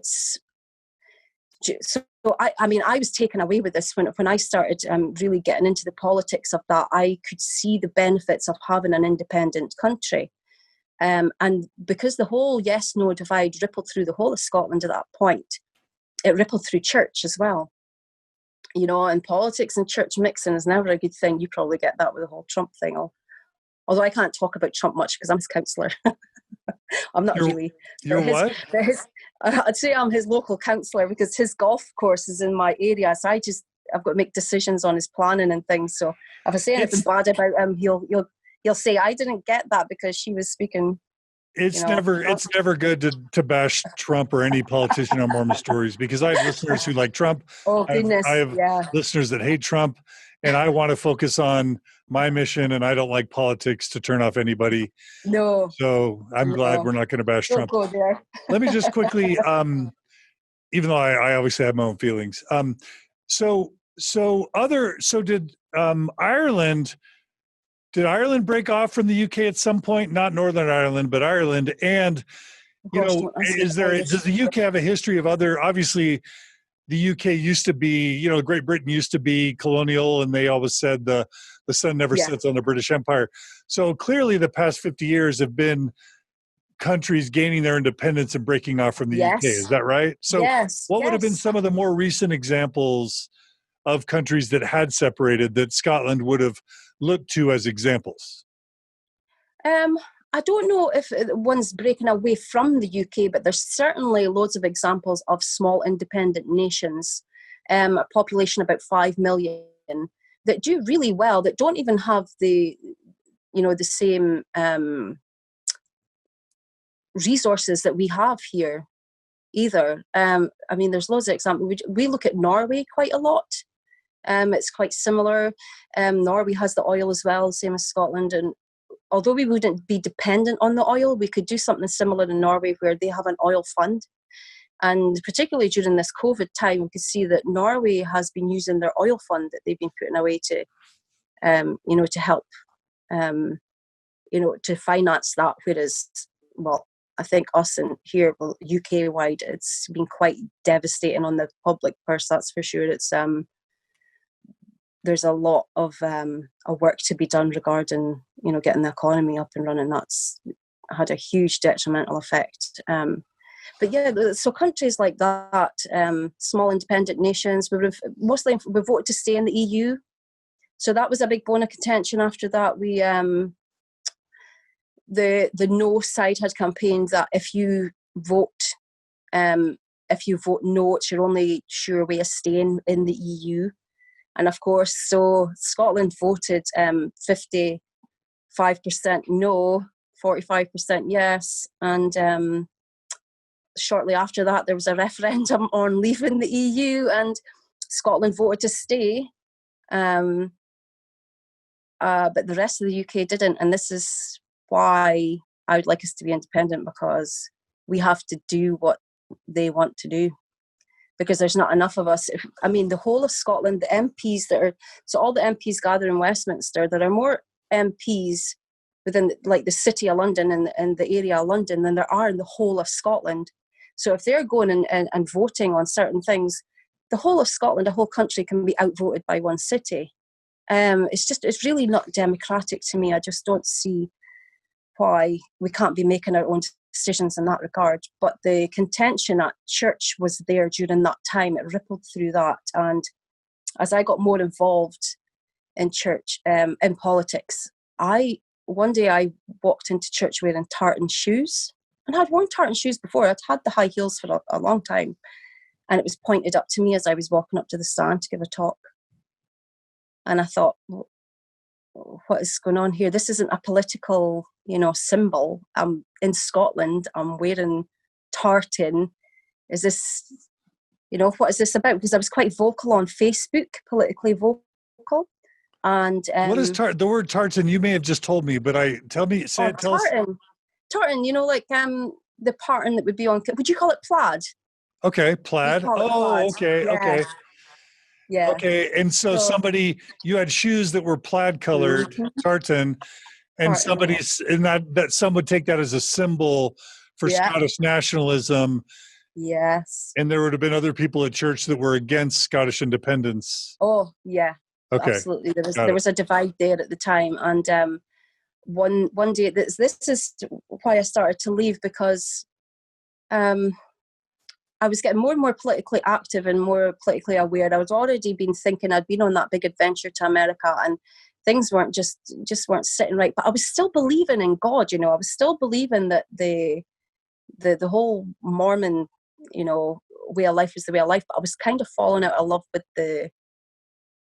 the structure of it. It's hard to explain that, actually, how that was happening. It was a slow burner, really.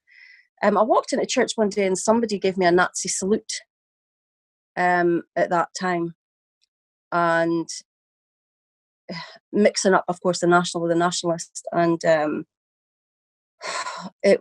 was really difficult. I thought, come on, don't bring this to church.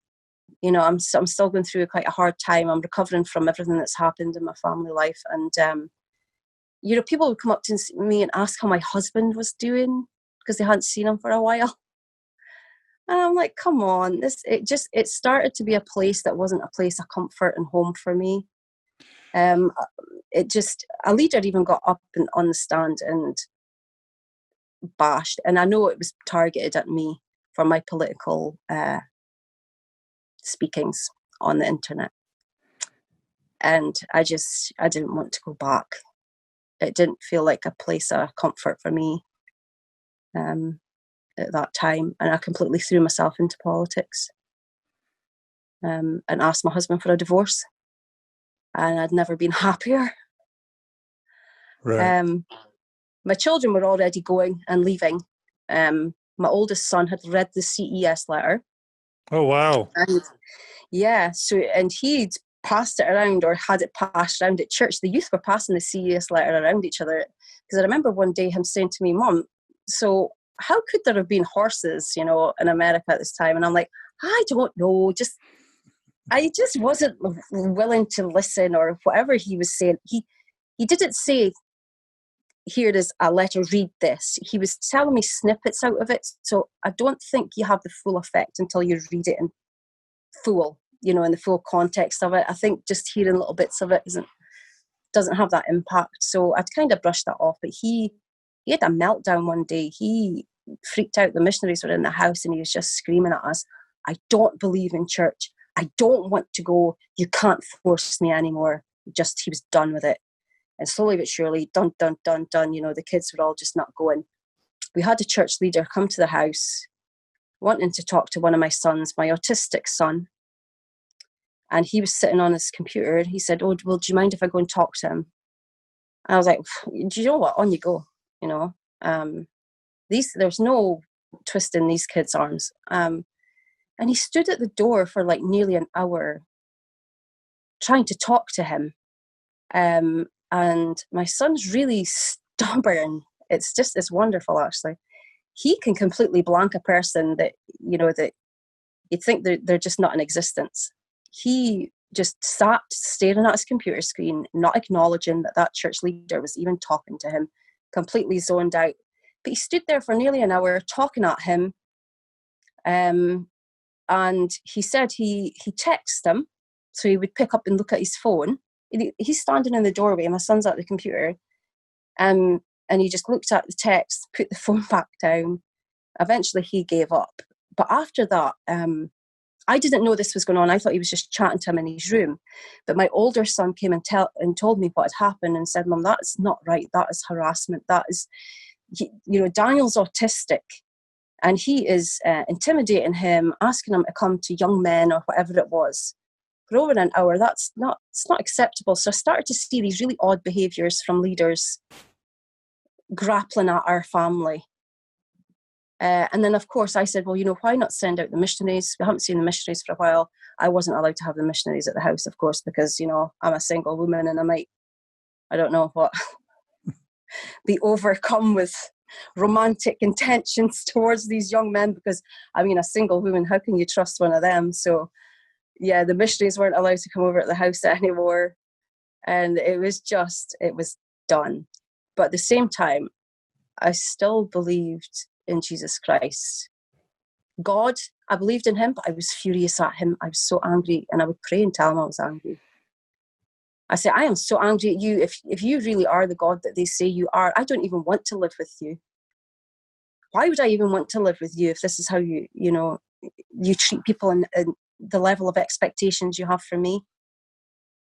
And being young women leader and having friends that were young teenage girls and sitting in bishop interviews,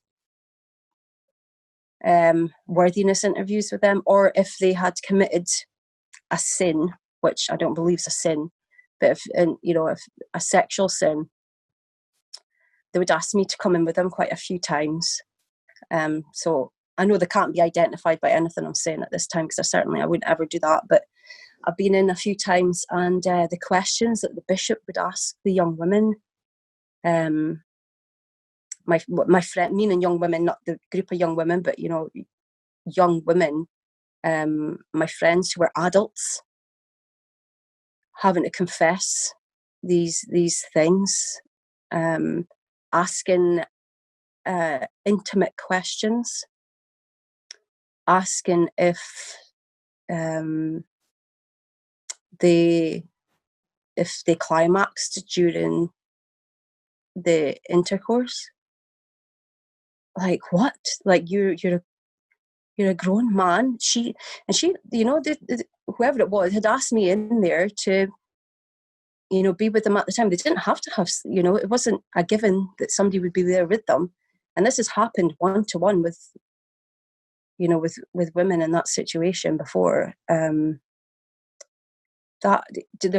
started to see a lot more clearer, because I wasn't in the happy bubble anymore. Church wasn't, because I wasn't in the perfect family setup for it anymore. I started to see the reality of it for people who weren't married with the children sealed and just getting on with your callings. It certainly wasn't a place of refuge anymore for me. And I completely turned away from it. it was an awful time because I was so angry at God. But during that time, I'd reconnected with a friend who was brought up Mormon, but family had been less active. He's a gay man. He's 20 years younger than me. And he's one of my best friends. We go on holidays together, weekends away together. We just, we were living the dream up to this COVID. I really found my tribe within the LGBTQ plus community, because during that time as well, there was the new policy. So thinking, this is 2015, like a year after the referendum, they'd asked me to be adult Sunday school teacher, I think just trying to keep me going to church. And there was a new policy that came out that children of same-sex couples could not be baptized. And I thought, does this mean that my baptism's undone then? So let me pause for a second. So let's go back. So for those of us who joined us late, you were raised in a same-sex household with your mom, who had a female partner, and your dad lived separately because your parents had been divorced. So had the church talked to you then, long time previously, about their policy on what they would have called homosexuality? And then prior to 2015, before you were feeling frustrated and starting to want to leave, you probably would have heard rhetoric in the church about, again, what the church called homosexuality. Talk about what you heard and how you processed it prior to 2015, and then talk about, what November 2015 was like for you, if you don't mind. Yeah, sure. So we were always taught, the question did come up because I'd say, well, my mom was gay. Are you saying that because obviously we talk about eternal families. So how did that work even in the first place with my parents being divorced? So I'd had these questions, and I said, I'd spoke about my mom, and they had said, leaders or whoever I'd asked at that time, it could have been anybody really, that, it all works out in the end. You just have to have faith. You do your bit, you do your part. It all works out. I hadn't really known anybody else that was gay because I was in this Mormon bubble. I wasn't connected to the LGBT community. I didn't have any gay friends that I knew of, really. So it never came up in any kind of conversation until that policy, really. I was always told that homosexuality, that being homosexual isn't a sin, it's acting upon it. That was what was taught. And it was two sides of the same coin. It was breaking the law chastity. So if you're not married, you shouldn't be having sex. So, that was it. But I did, I pondered it, and I think it wasn't until that point, because, I was busy in my own life, and it didn't, I think if something doesn't affect you, then, and I'd asked about my mum, what would happen to her. She'd passed away, actually, when I was pregnant with my third child, quite suddenly. She was only 49 of a heart attack. So I had thought, what's going to be, happening to my mum? Am I going to be sealed to her and all this stuff? But it was never really discussed. I think if she was living, maybe that might have made a difference. But it wasn't until that policy came forward, and I thought, right, I'm going to start digging and asking more questions now. And then I was told, I'd asked a question about it, and I was told that, and I don't think I went back actually after this.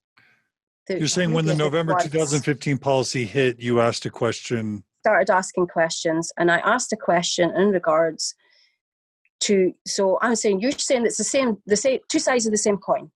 So it's all breaking the law. How would you have been made, as just a regular member of the church in Scotland, how would you have been made aware of the policy change? News, maybe through the news? What's that? Through members, probably.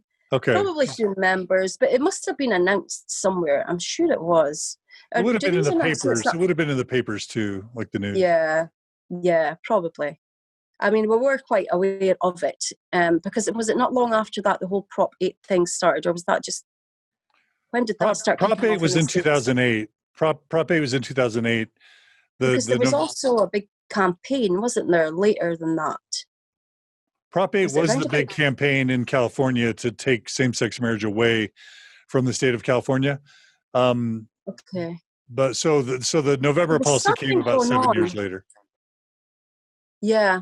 And because I remember something around that time, because I had a friend, a church member living in California, States at that time, who'd been asked to head, the campaign against same-sex marriage. And I was just, or maybe it's because I was discussing with her at the time, and maybe that was something she'd done previously, actually. Maybe that's where I'm getting confused with the timeline.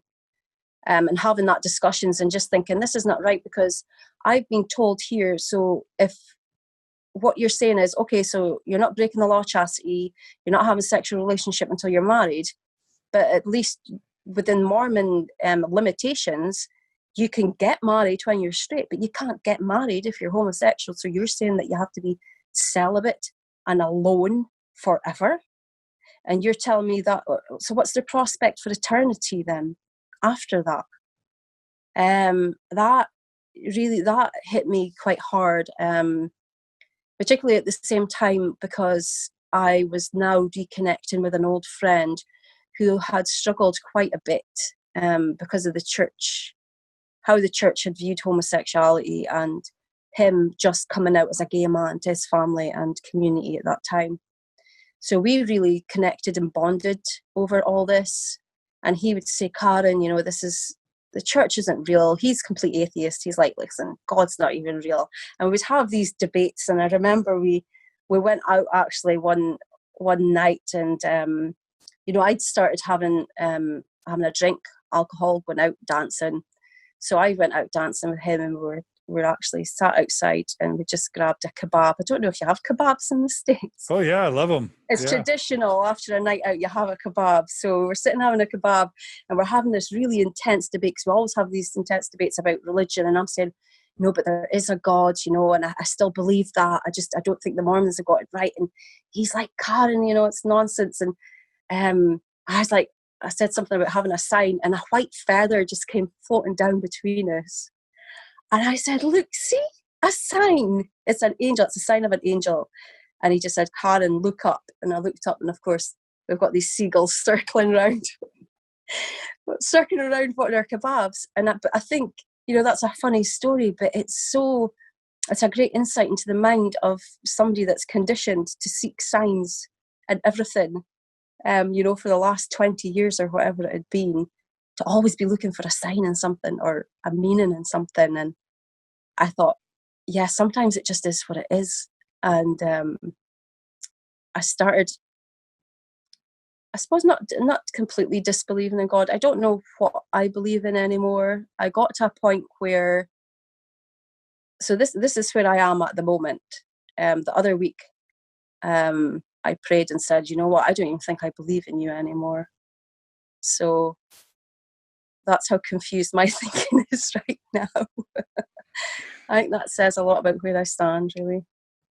So, one of you may or may not know this, but a lot of people who lose their faith in the church or leave the church, it's obviously hard for believing members to watch formerly strong, stalwart members leave, and they Yes. can't just sit with that cognitive dissonance, like, No. whoa, they're thinking, what if the church might be wrong? What if I have given my life to something that isn't true? Like, that's a lot of cognitive dissonance. So people who remain in the church have to find a way to make sense of it, of someone else leaving, especially that was devout or who they respected. And so they often need to make mental justifications. And the common stereotypes, in the United States and probably abroad, is that if someone leaves the faith, either they were offended or, they never believed to begin with, or they wanted to sin.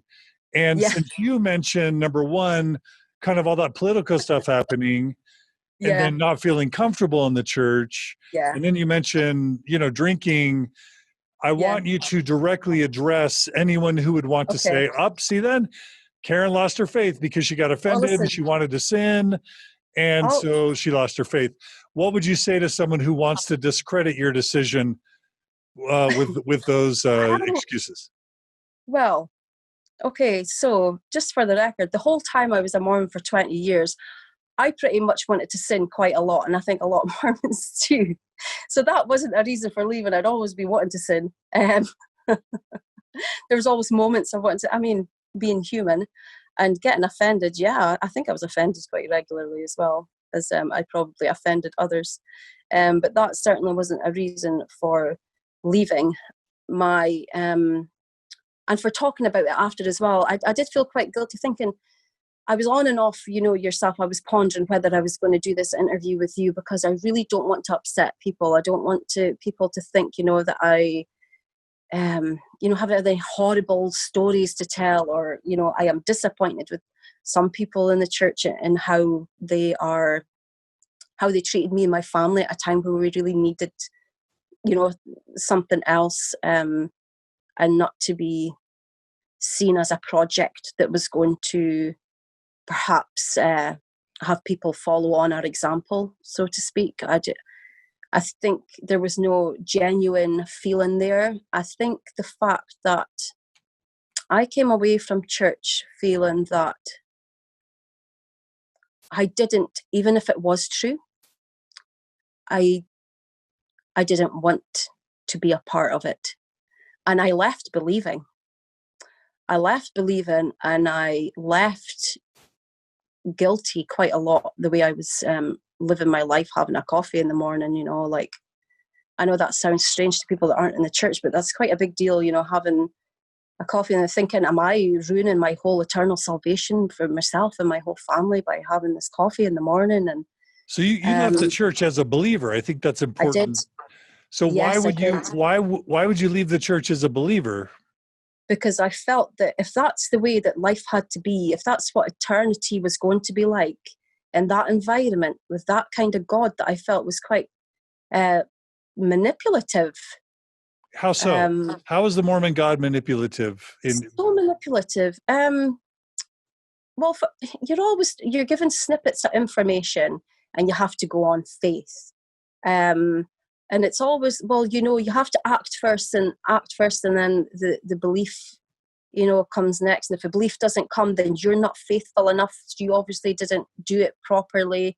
There's always the narcissist. It's very narcissistic. I've been in a narcissistic relationship, and that is exactly what it is. There's a lot of gaslighting that goes on. It's always turned back on you.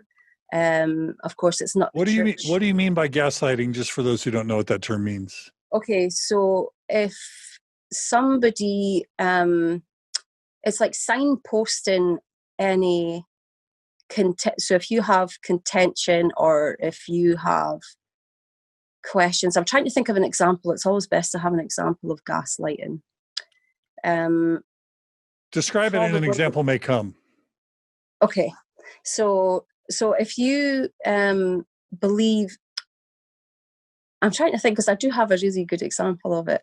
It was done quite a lot, particularly in leadership interviews, for example. So I'll go in and asking questions. I was asking questions about my sealing to my children and where I stood with that after I would be divorced. So what happens now? What's the point of all of this if I can't be sealed to my family? And, to be told that I had to be more faithful, that was at my feet and that it was all on me, and not answering the questions that I was wanting answered. It was always thrown back onto me to having to come up with the answer. So if you're not getting answers to your prayers, you're not faithful enough, or it's not the right answer. If you're still confused about something, it's not the right answer. A lot of that went on. I had so many questions that started to ping up at that time, and none was addressed. It was always, pushed back onto me. So whether it's your son's questions about the Book of Mormon and science and Book of Mormon historicity. Oh, yes. He Whether sent the it's CS letter to the leader. He emailed it to talk him. about that. Tell that story. So, I didn't know this until recently, actually, because I'll tell you, I only read the CES letter about 2 months ago for the first time in Oh, wow. community.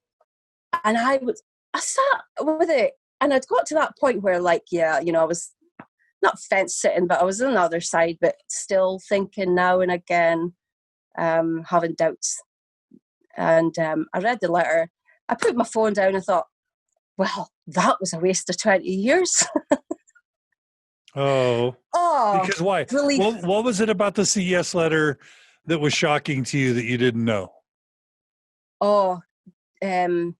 Joseph Smith's behaviour. I really think that he was a treasure hunter in the beginning, and he still managed to make this treasure hunt in church today. And we went through times, of being really tight of money. We were actually on welfare at some points, and we paid tithing on our welfare. I wonder how the governments would feel about that, knowing that they're supporting their citizens with welfare and the church is taking 10% of it. I've often wondered about that. Said that when I've asked about paying tithing on it and been asked, do you feel it would be the right thing to do to pay it? What's somebody that's wanting to be faithful going to do about that? Of course you're going to be paying it. If you don't pay it, you're riddled with guilt and think that you're not receive all the blessings you can get. So in that regard, I think when I read about Joseph Smith using the stone in the hat, thinking about the pictures that I'd grown up with, looking in church and showing my children, and I had them all over my house. I had pictures of Christ, I had pictures of Emma and Joseph in temples and all that. I had Joseph scribing from the gold plates. And to find out that he never actually did that, and that is on church record and church history, he did not do that. But they use those pictures in church. It's a false depiction. It's something that did not happen. But you're brought up with that image. The fact that he was a treasure hunter, the book that he was that was around at the time, the same names, was it Moroni? I always had a crush on Moroni when I read the Book of Mormon. Every time I went to that part, I read the Book of Mormon a few times in my life, and I'm like, wow, I wish I could have a husband like Moroni. But now I'm like, no, I'm so glad I don't. But just, it was names like that. He was a con man. There was when I was listening to Elder Holland's talk, I remember there was conference and we're all gathered at one of the chapels and it was being streamed, and Elder Holland got up and said, I remember at the time hearing the talk and going, this is what I need to hear about the Book of Mormon. He sealed it with his own blood. He died not denying it. And after I read the letters, I was like, do you know what? Why did I always like that talk? Because Joseph did not seal that in his own blood. Joseph did not do a deathbed confession. He was shot trying to climb out a window. Don't even try and claim that he sealed his martyred blood in the book. He didn't proclaim it when he was going out the window. He didn't know he was going to die. So you can't claim that he sealed in his blood when he was, caught out. And he didn't. He was also incarcerated. He was incarcerated for destroying a printing press, so destruction of public property and violation of freedom of the press.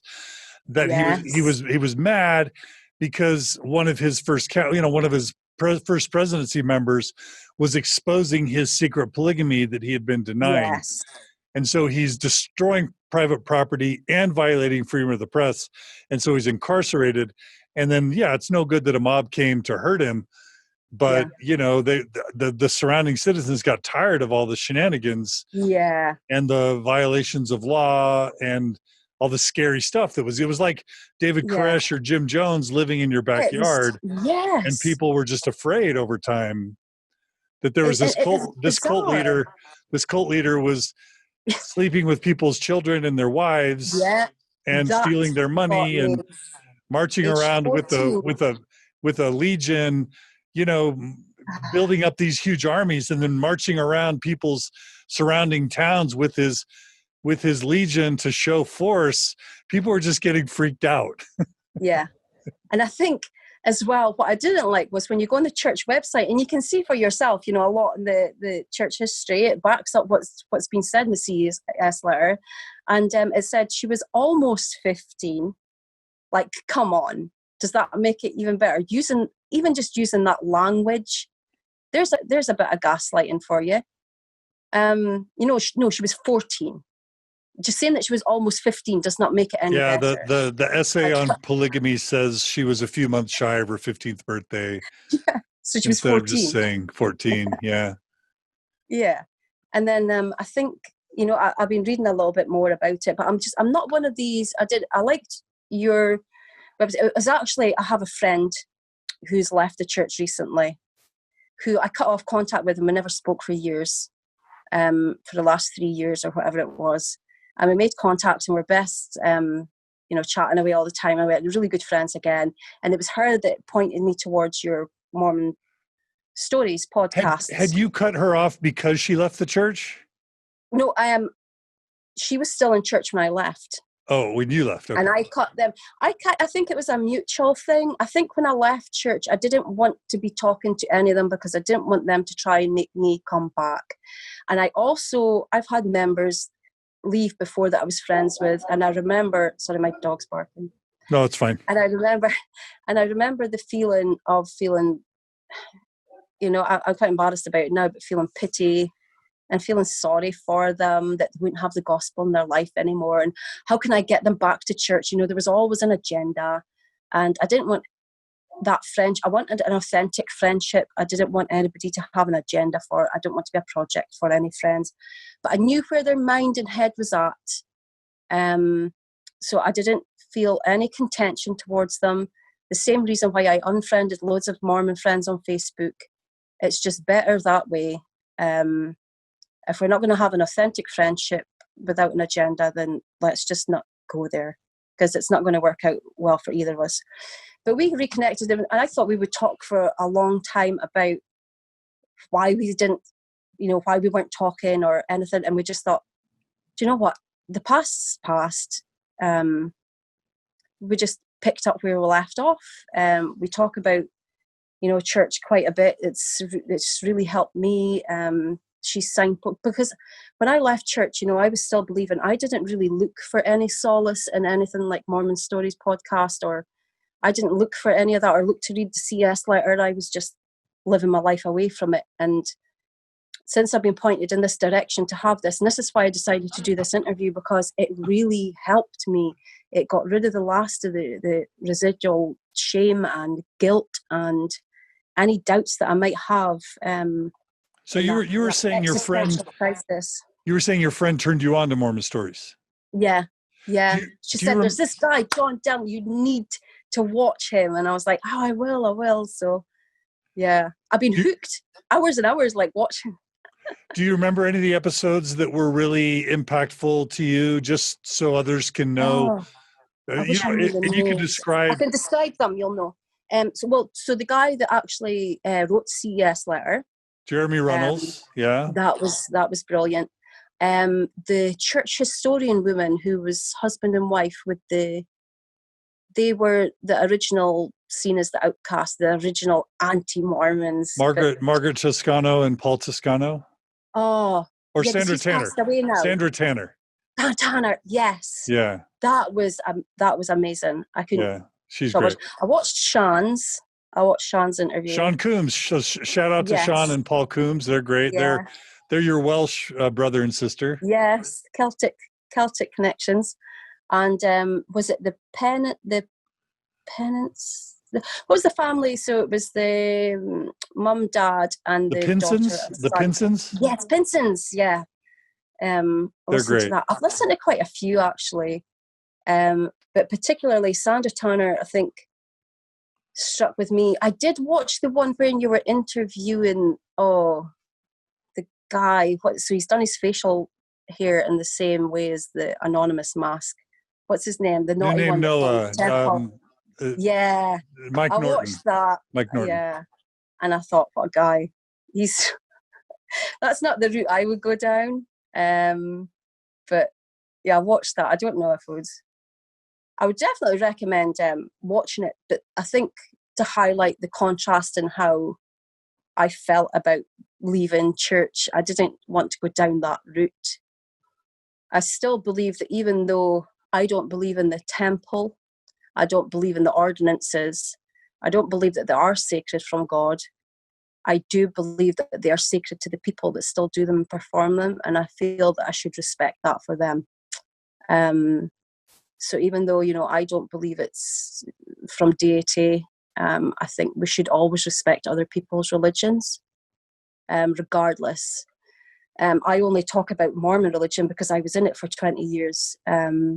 But, if I was out of it, I would want to respect the people and the members in it as much as I do Muslims, Jews, any other Christian denomination. I feel like we need to have that respect for them. But I'll talk about Mormonism and my experience because that's my story. And I'm entitled to tell my story. And I do feel that the church has a long way to go. And I mean, you can't break down, if you break down doctrine, you'd have to go breaking down doctrine of all the religions, like, if you're going to treat everything equally on that point. But I think, in my eyes, I think particularly recently with the Black Lives Matter movement, that the Book of Mormon it's a race war, and it's white supremacy. I went back over, I thought, what did I teach my children from, the storybooks, the Book of Mormon stories, the cartoon things? And I actually found the link to the animated series on it. And if you go to it, it said that, their skin's darkened, they become a loathsome, lazy people. That's still being shown to Mormon kids right now. Can you imagine if there is a black child in primary being shown this, sitting with, white peers? What sort of relationship is that going to cultivate between these two children? What questions are they going to start asking?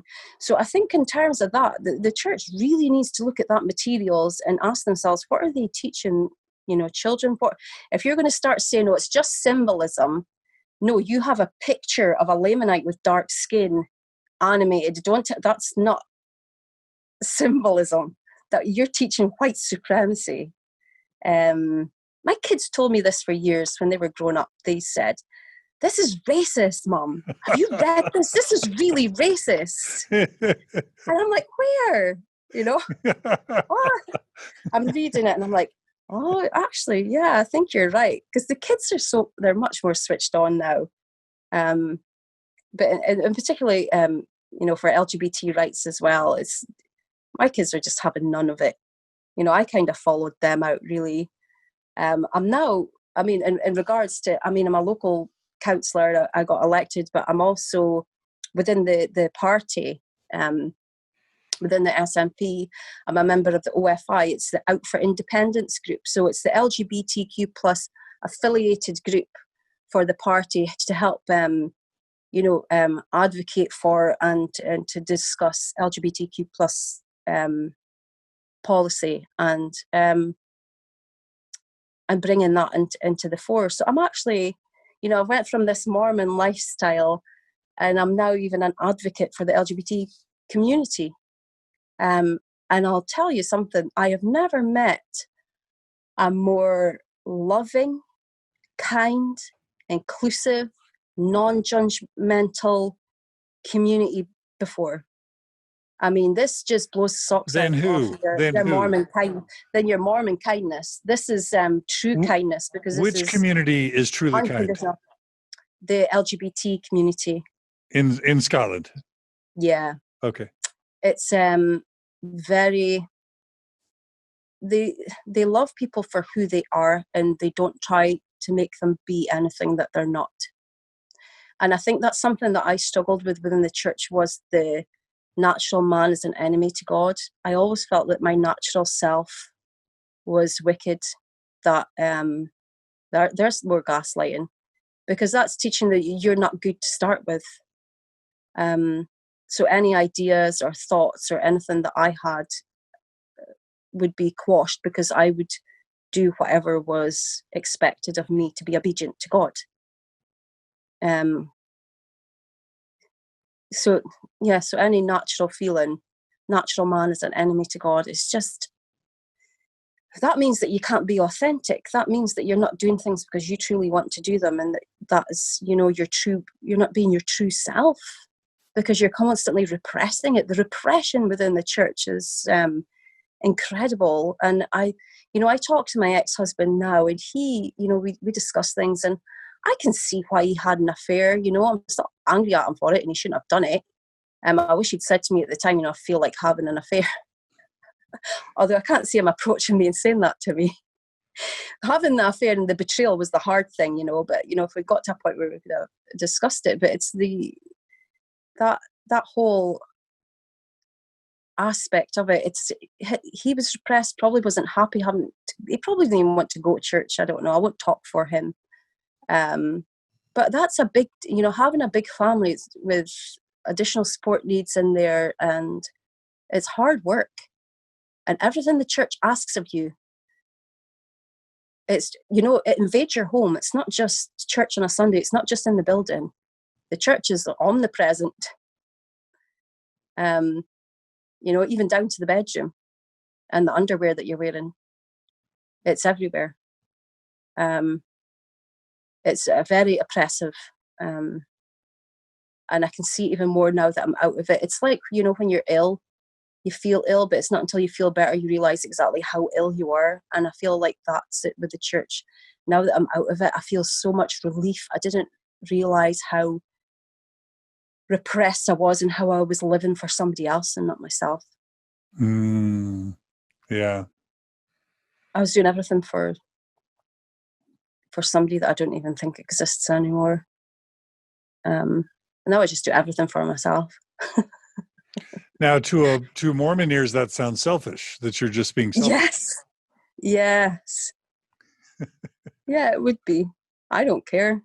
Well, but serving in the Parliament, serving in the Scottish Parliament, that doesn't sound selfish. You could probably make better money doing other things, right? Oh, yeah, absolutely. So I'm a local councillor, so it's like local government, so it's a council area. So I cover Aberdeenshire, and a portion of Aberdeenshire, and I feel like I'm really giving back more to the community now than what I ever did being a member of the church.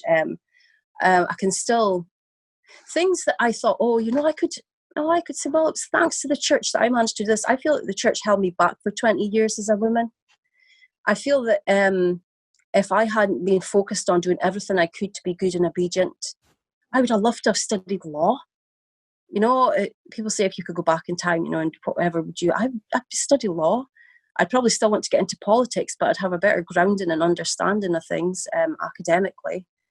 I really missed out on all that, all those years of not expanding my mind, being a part of the LGBT community now. I've missed out on that for years. And that's like the highlight of my time now, is getting to, mix with them and talk to them, and bringing what they need to the forefront of politics as well for equality. Because right now we have the Gender Recognition Act. There's a bit of contention around that, on transgender people being able to self-ID. So that's a bone of contention right now, particularly in Scotland. I think there was a poll done the other day that was quite positive, though, and I think the majority of people were in favour of that. But I find that ridiculous now, you see. I'm like, why are we even having a debate on the rights of other people? It's their rights. To me, I feel like we're still a bit backwards in certain aspects in regards to things. Because I remember the 80s, the AIDS epidemic, the homophobia,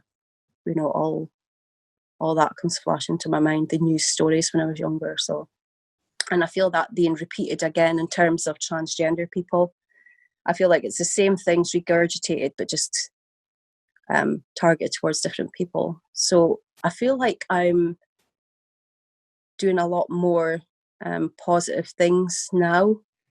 Absolutely.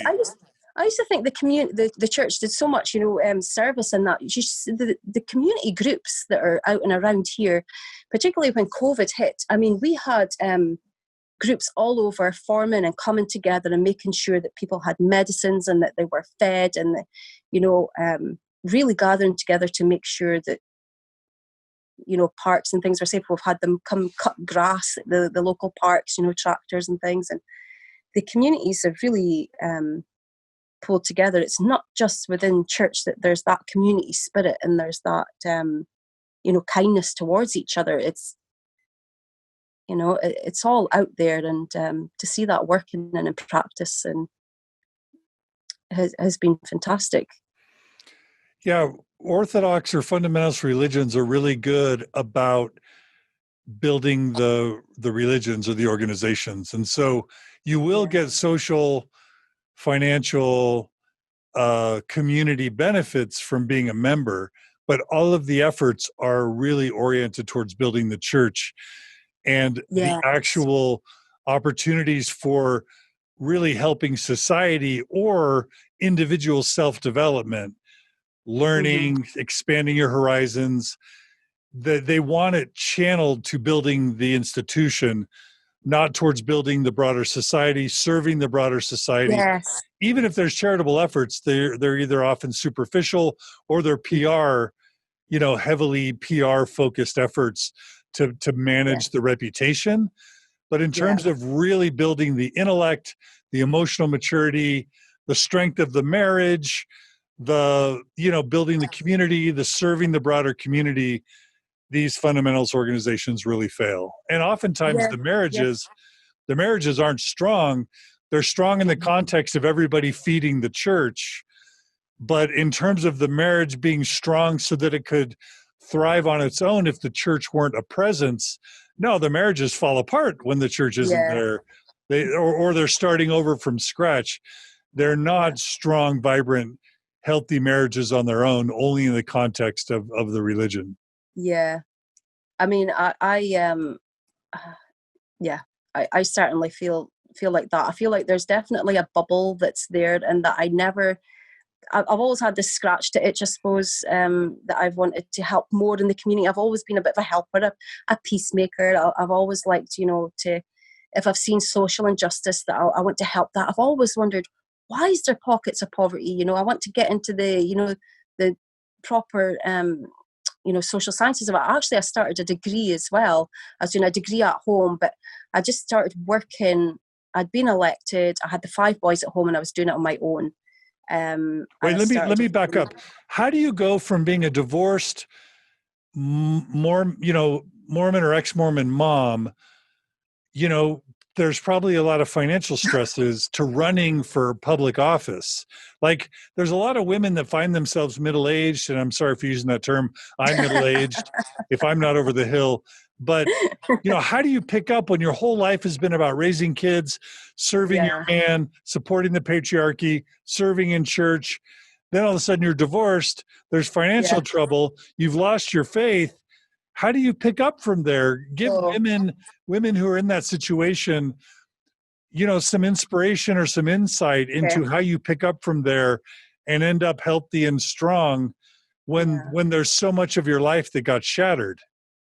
I think for me, I got involved in the politics aspect. I joined the political party, but I mean, it could be anything that you could be joining, if anything that you feel is positive and beneficial to you, any kind of books, even if it's a book club, anything that's going to expand your mind and help you connect and talk to people out with that Mormon bubble. If you're coming out of that, you need to be connecting with people, varieties of different people from all, walks of life, getting involved in something. I just started so after the referendum, I had felt there was a political campaign to get somebody elected, and I just went for it. I was out door knocking, I was leafleting, and the next thing I know, I'm asked to be the women's officer of the branch of this political party, and I was women's officer.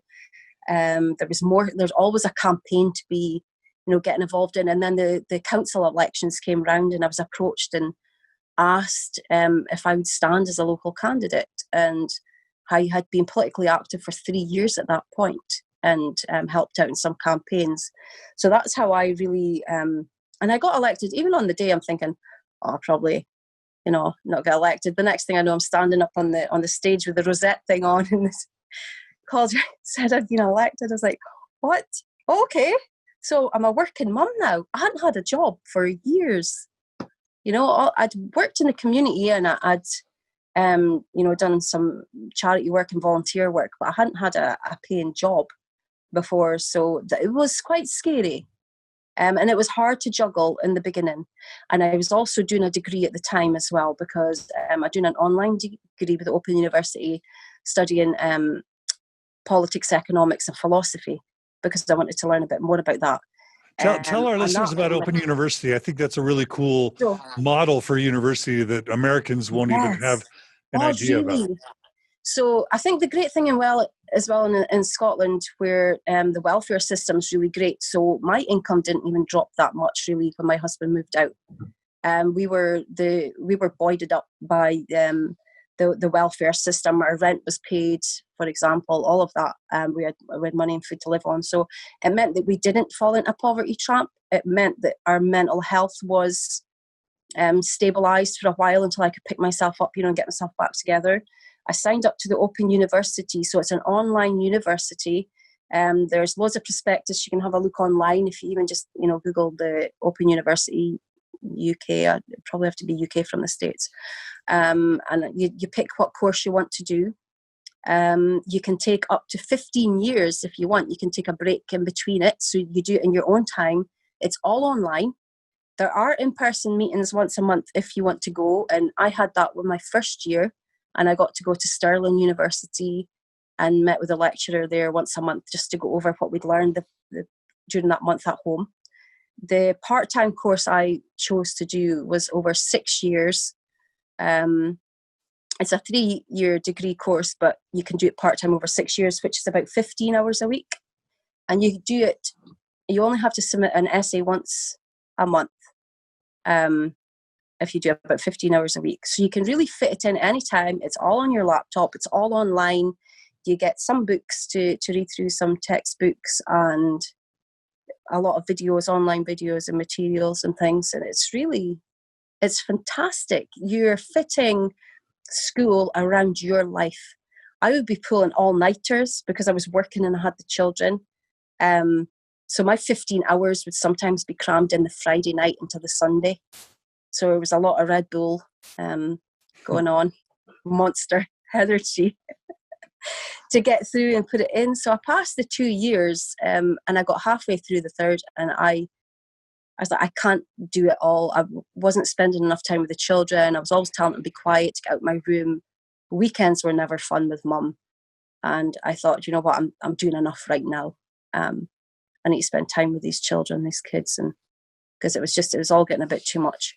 But I can go back into that and dip in any time I want. And also I think the benefit of Scotland is that you don't pay for it. It's free. So I didn't pay a penny for that course. So I could have a degree for nothing while helping keeping a roof over my head until I can. So because then it lifts me back up onto my feet, and then I can work and in turn pay taxes and pay back into the system and, work in the community and give back for that period of time, for that 2 years that I was reliant on the government and to help me and my family overcome a difficult time. I couldn't imagine being somewhere that wasn't available. I don't know what would have happened to us. Yeah, and I'm not trying to be political on Mormon Stories. I think there are good reasons to be conservative and Republican, and liberal, Republican or Democrat. I see the problem with finances and nations becoming bankrupt and all that.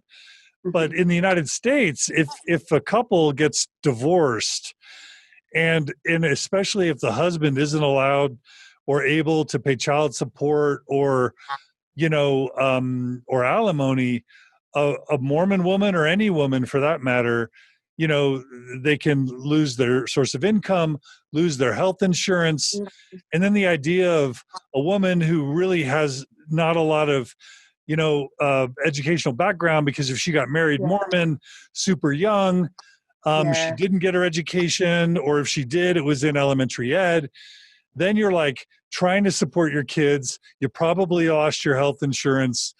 You going back to school is prohibitively expensive.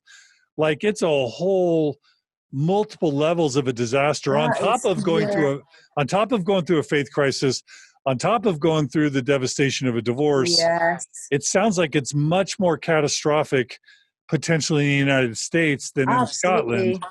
And, And you probably know, harder to leave. yeah.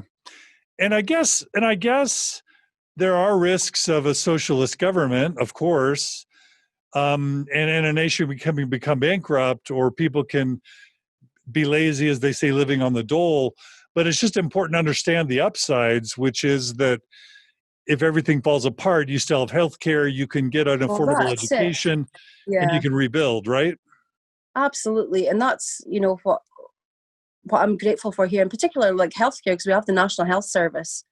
And if anything happened, with us, we need to go to the hospital, the doctor, it's free. I mean, in the rest of the UK, this isn't the case either. It's university education isn't free. I'm not sure about the other devolved nations, but in England, it's not free. It's just in Scotland. We don't even pay for prescriptions. And I know that, working in it, and we talk to people and they're happy to pay that little bit more, knowing even if one person is taking advantage of the system, for that one person, you're helping a lot more people who, I mean, you're only one step away from losing your job or an illness or a death or, a family breakup like I had through no choice of my own. I didn't expect my husband to have an affair. I was being good and faithful, thinking, that God was going to look after me and our big family that would be blessed by paying our tithing. I didn't expect any of that. So I am really grateful, actually, for living in a country where that opportunity has been afforded to me. And I will defend that. And I really hope that we'll always have that in Scotland. And I want more of it. I think there's still more that we can do. We have this lovely thing in Scotland. So for every baby that's born, regardless of what income level they're born into, they receive a baby box. And it's like a cardboard, I don't know if you've ever seen them before, but it's a cardboard box. The baby can actually sleep in it. They do it in Scandinavian countries as well. But in Scotland, they give them out free to every child, and there's a poem in it. It's filled with all the necessities that a newborn would need. And the reasoning behind it is because every child in Scotland is born equal, regardless. The children all have the same start in life. And that, more than what the actual material physicalities of that is, it's just that symbolism of it. And the poem welcoming the baby into the world is what Scotland is. I mean, it's a welcoming country, and we welcome people from all over. It's why we're devastated actually leaving the EU, because we love different cultures. We always say, if you come to Scotland, you live here, you move here, you're Scottish, and that's it. You could be Scottish American, you could be Scottish English, but you're Scottish. So I'm really grateful for how I've been able to pick up through that. I don't know how that would be doable in any other country. I mean, imagining that in particular when all your family are also Mormon, your friends are probably all Mormon, your whole street's Mormon, how do you even get out of a marriage in the first place? Because you wouldn't be able to see a way out. You'd probably just have to live in that misery. That's a really difficult one to actually digest, and think that there's women living like that, because we are not encouraged to gain an education or to work our way through any kind of career. Now, some who would call themselves pro-family would say that's a good thing if the pressures are such, the social pressures, the financial pressures are such, and even the religious pressures, the leadership pressures to stay in the marriage, to work it out. What would you say to someone who says that's good, that maybe you should have stayed with your husband, and maybe it would have been better for your family to have two parents in the home, and maybe it was worse for everyone that you got divorced? And what would you say to that? I would say beneficial to who and to what end. And this is where it comes and breaks down a lot more, because we're talking about a patriarchal society, and that is something that has blown apart for me as well. And I really do think that that traditional focused outlook, I think it's ran its course, and I think that I think everybody should be able to live their lives how they want to live it. I don't think that we should be forcing anybody to be in a family. If we think that couples are better and families are better and happier having a mum and a dad, it's not the case. When we look at studies in regards to that, and I'm trying to think of I wish I had the sources for you to I was looking at that the other day, actually, because it's something I'm often looking up for because of the LGBT community and the work I'm doing within there, and how they do these like polls. How happy do you think? Happier would you be in a same-sex home over, and the only issues that ever come up is society's perception of them and how they feel others perceive them. It's never the actual conditions within the home that cause any problem. It's people's perception of that. And I think that pressure for a family to fit in a certain mold is not healthy. And I think, with the age of the internet and people being more informed and people maybe being bolder, there's that challenge against that. And I think we're going to see a lot more button heads over that. But I say down with the patriarchy. I'm ready to scrap the whole lot and just let people live how they want to live, however they want to be. It's hey, Karen, I feel my power. I feel my power slipping away. Down with the patriarchy. It's just like such an old notion, but it's not good for. I see the patriarchal system and the whole toxic masculinity. It really affects my sons, as well as it does women. And I just think the church really upholds that. That is like, yeah. I mean, that's the whole focus on it, isn't it, really? That's what it's all about. The power is within the family and the family units. And keeping that under control and keeping them together, because goodness forbid a woman would end up wanting to get divorced and leave the church and take her family with her and go off and do some political things that would actually promote LGBT issues and pull more people away. I mean, goodness forbid that would happen. Eh? So you could see why they would want to keep me in that marriage, because probably it would have fit their narrative a lot better if I was, and then they'd still be getting 10% of my income. So that would be nice for them, would it? When I traveled to the UK a few years ago, I talked to some Scottish ex-Mormons that were there, and they described the LDS Church in Scotland being in free fall, like not just flat, yes, but like closing up branches and wards and stakes, yes, mass defection. Can you talk about the state of the Mormon Church in Scotland? Yeah, absolutely. I think I was going just at the time that all that just started kicking off and happening. And I think what is happening, it's a ripple effect through the youth. And I think it's coming from the younger members. And particularly in Scotland, when it came to, and I know this is crossing over to politics again, but there was a huge political awakening in 2013 and 2014. And during that time, people were really trying to educate themselves. Up until that point, we just live our lives, everything's comfortable. All of a sudden, there's a chance that things are going to change, and change drastically within our society, within our country. People were researching more, finding out more things. I think when you become more politically aware, it expands your mind out with church. Perhaps out with your community. I also think there was quite a bit of a divide, and there did seem to be a slipping away at that point. I keep hearing of more families leaving. I think the other day there was a woman messaged me saying that she knew you. She must have saw that I'd commented on something. And she's from Dundee. And she said, John had asked, if I knew you, because it's like a small community, and I think I'd known of her. So I've just connected with her, and we're going to have a catch up and talk about things as well.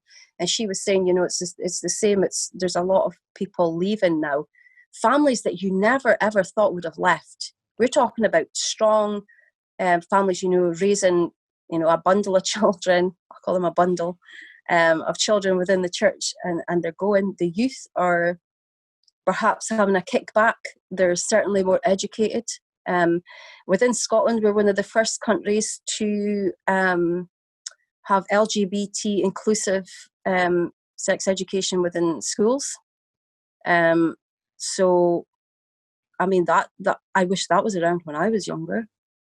Certainly wouldn't have made me feel odd having, it would have answered questions from my peers that were making fun of me. To say, look here, this is actually a thing. This exists. Gay people exist.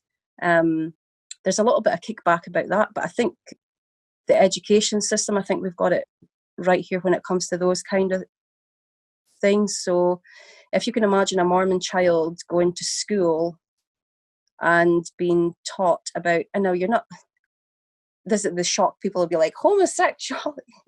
You're being taught about gay sex. No, it's not that. You're just being taught about relationships, and different types of relationships, and that's okay. And people are different, and age appropriate, of course, as well. And taught about transgender, transgender people in community. And I think the youth are really switched on. I mean, it was my children that came to me shoving the Book of Mormon in my face saying, Mum, this is racist. It's them that are noticing and seeing it. It's them that read the CES letter first. I think it was the same. I know the friend that left church not long after me, that it was her son that had read the CES letter first as well. In fact, I think it was him that passed it to my son too. So, I mean, there's Google. The kids are going to be Googling. There's not really support for Mormon church out with the church. There's no support for it within schools. The minimal schools that are still saying maybe a prayer, assembly or whatever, that's fading out as well.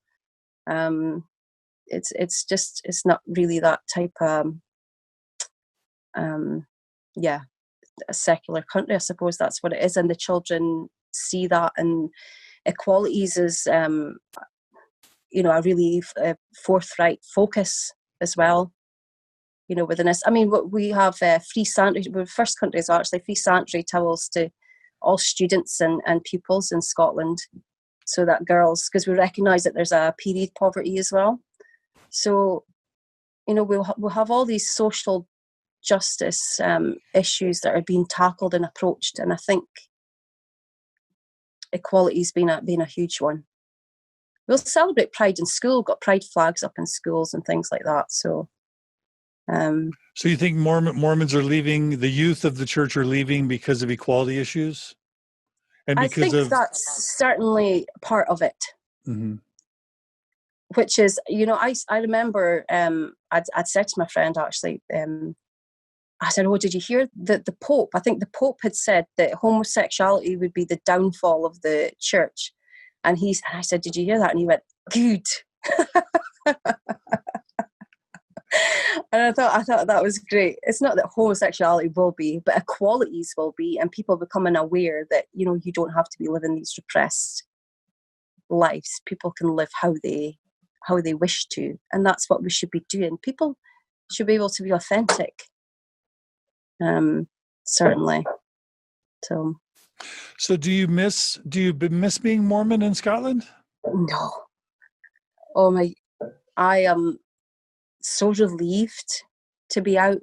I never thought I would say that. I always thought, I would never leave church, and I'm focused on eternity. And now I feel that I live my life for the here and now. I've got more enjoyment out of life, because instead of living for tomorrow, I'm living for today. I'm enjoying each moment that comes along. I'm focusing on thinking, right, when I die, that's it. So what am I going to do up until that point? And who knows when that's going to be. And it's quite interesting, because out of the 6 children, so my daughter was actually married and sealed in the temple as well, actually, but she doesn't go either. And I have 2 granddaughters. And it's going to be interesting, because my youngest child's never been baptized, doesn't really know what church is. And my 2 granddaughters don't go either. So it's going to be interesting to see how much more freer they are, without the confines of that, having to live up to a certain, obedience, to be obedient to the gospel and just to be themselves. I think that's... Many of us are raised to feel petrified that we can't raise moral or healthy or happy kids without the church. Do you worry about that at all? No. I think what I've found is that, well, actually, it was really interesting because my son had said some sexist remark or something the other day, but he does just to wind me up anyway. I don't believe for a minute he believes it, but he'll say some things. He'll say, "Well, Mum, you did bring us up Mormon. What did you expect? Do you know what we used to speak about in young men? You know what we used to think of the young women?" And I do think there's a lot of truth to that, though. He said they were always, taught that they had all the responsibility, and they just, that they had the priesthood, and they were, this chosen young men and all this stuff. So I think to see these younger children, to see each other, whether they're boys, girls, non-binary, gender fluid, free, homosexual, straight, whatever, religious, not religious, hopefully not religious, living their lives just how they want to. Because, what I was saying that's unmoralistic, like, I would say that's been unkind. And I think if they believe that they can live their lives how they want, and they allow others to as well, that they're going to be more accepting, that they're going to be kinder human beings for it. You're not going to go and murder somebody just because you're not a member of the church. I think that's the kind of notion they have. Oh no, it's all going to end up with murder and drug taking. That, I had that kind of life, the abuse and that well back in the beginning before church.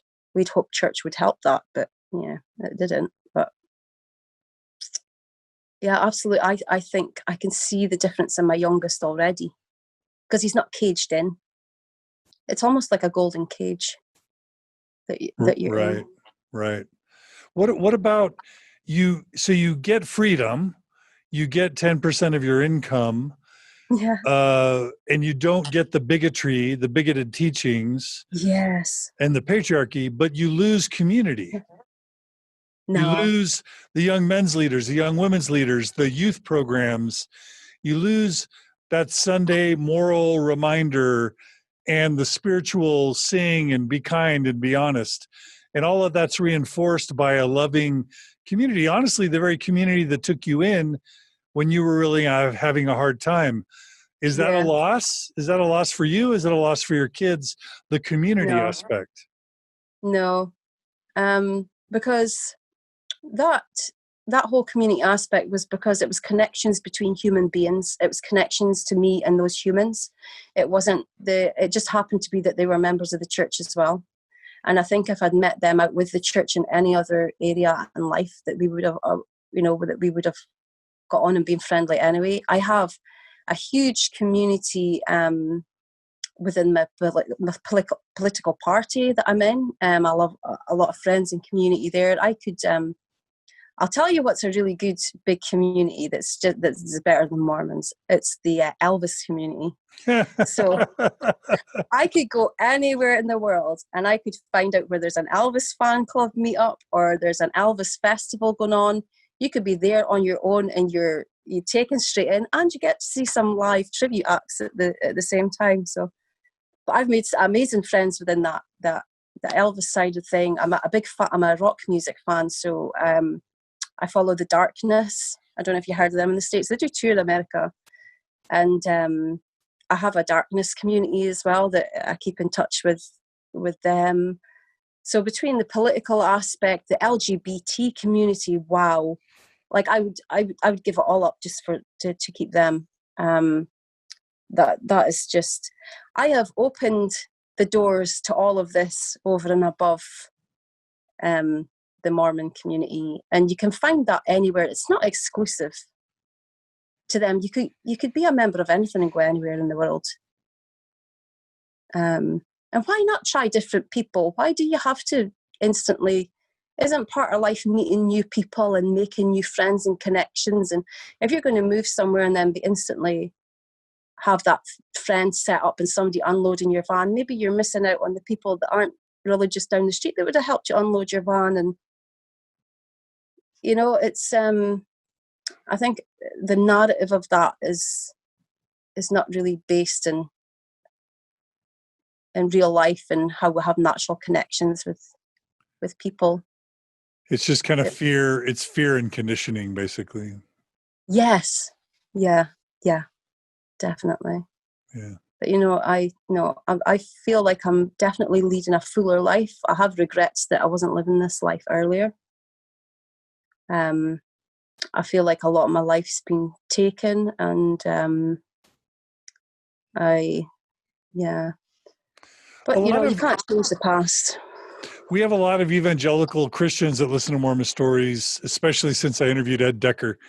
And and they say things like, what a tragedy that so many ex-Mormons lose their faith in God and Jesus. Why do you have to throw God and Jesus away? It's sad that you've been polluted, that your Jesus has been polluted, that your God has been polluted, but don't throw away God and Jesus. They're precious, and that's your salvation. You're throwing your salvation away when you leave behind God and Jesus. What would you say about that?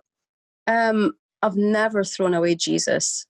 I've been angry at God, but I've never thrown away Jesus Christ. And I say this in the context that I don't know if he was ever the Son of God.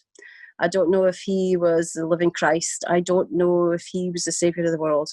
But whoever Jesus was, and the person that was written about and that we read about, and the person that I felt I had a connection to, which, we have that relationship with what we feel is our Savior. That whole feeling, that example, I take it with me every day.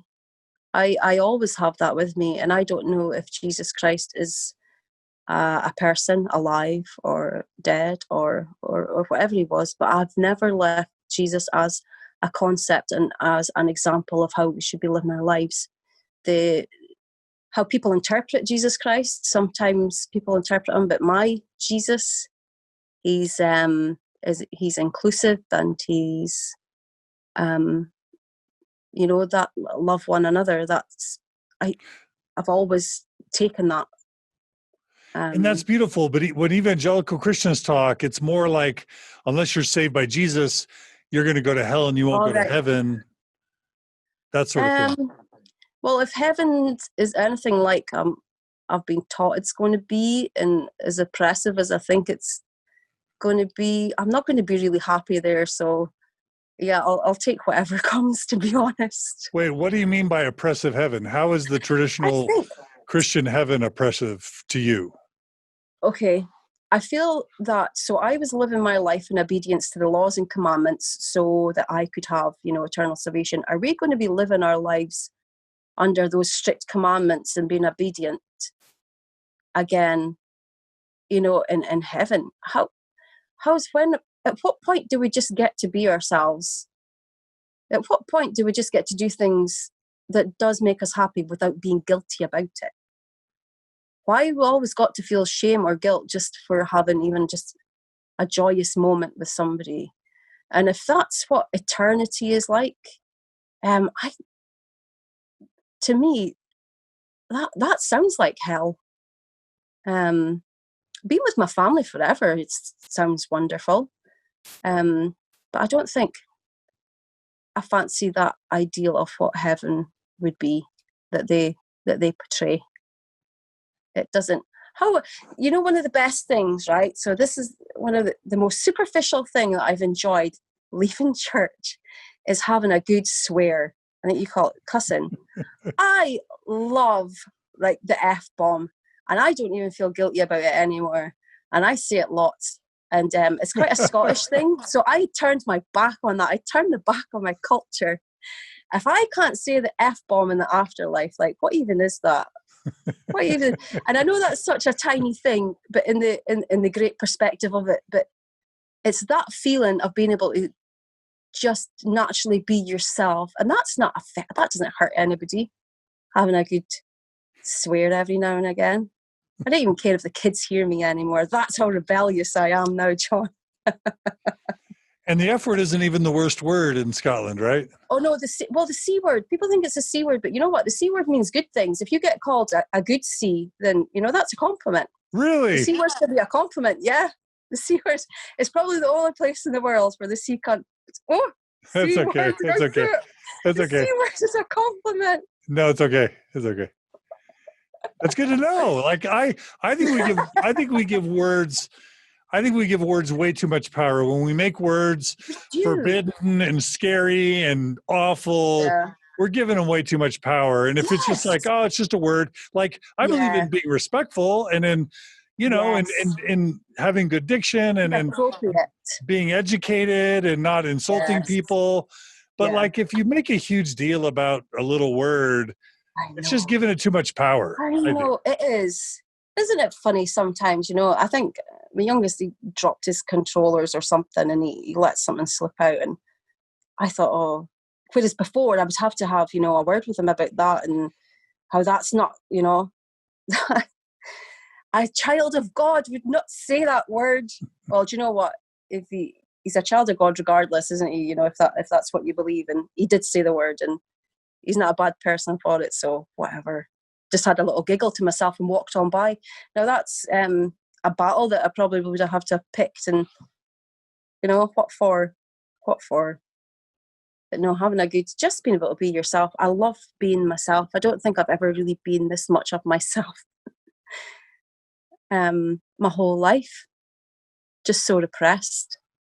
And they say for drinking alcohol, I hardly ever drink at all. I know that's not really Scottish sounding, but it would be the odd night out, maybe once every few months. I would go out, and have a few drinks with friends, or if a friend came over. But it's not even a daily thing or even a weekend thing. It's not that often. But I don't feel guilty when I do. And so I wouldn't have left eternal salvation and an eternal life with a sealed family just for the sake of going and having a drink and having a swear. I left it because I don't believe it anymore, because it's nonsense, because Joseph Smith was a fraud, because because I was angry at God, because I don't want to be a part of that. I wouldn't want to be in that kind of heaven. So life's so much better right now. And no more patriarchy for you. No more down the patriarchy, yeah. In all forms, just get rid of it all. So what your current political office, do you have any idea what the equivalent would be in the United States? I know we don't have a parliament. I know that we're structured differently.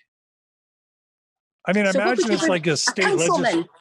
A city councilman, like in a city? City councilman, yes. Okay. I think that's what it would be. So you're the equivalent of a city council person, and do you have political ambitions to be more? Yes, I do, yeah. So not official as yet, and I know this is going out live, but I might, but I would like to go and seek selection for the Scottish Parliament elections that are going to be happening next year. I feel that, there's so much to be, there's like so much work to be done, and I just really want to get stuck in about it. I just want to really, I feel that I found, it's hard to put into words, but I really feel, that purpose that I've always been looking for in life. I feel like I've found my purpose.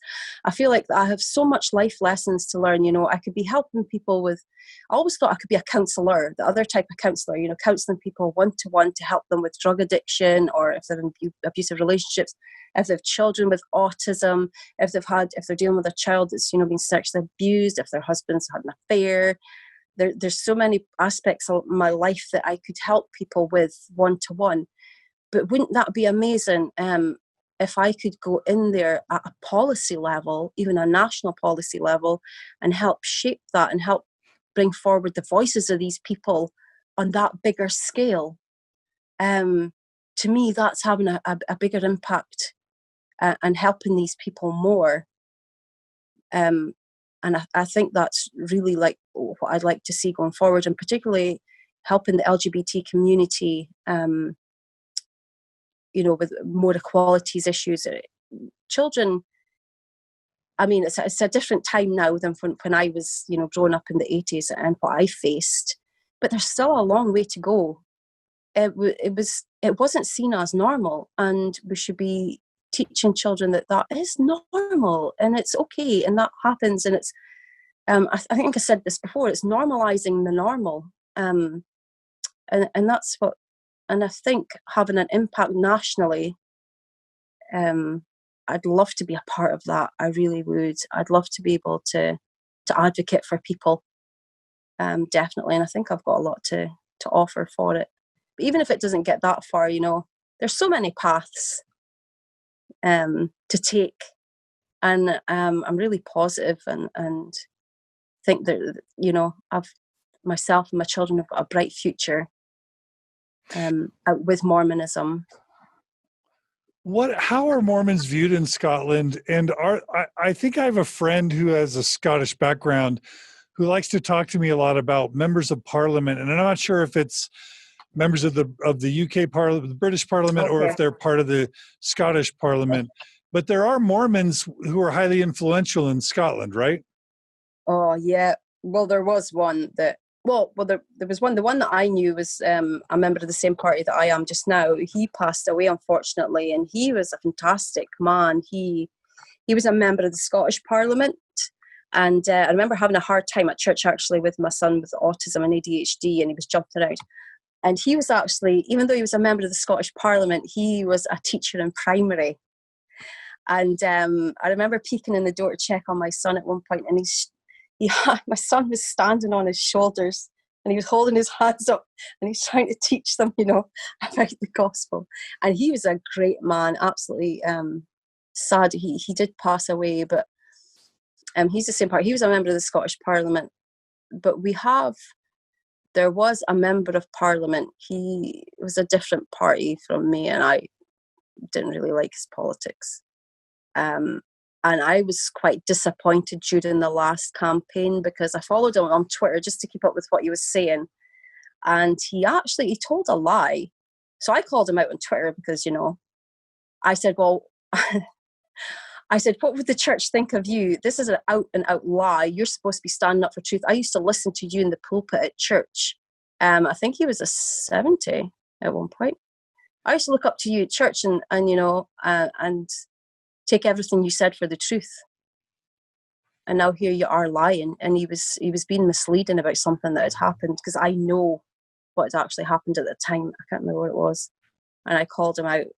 I think that's where I started to get a bit more brave towards other members of church, whereas before I wouldn't have said anything much, actually.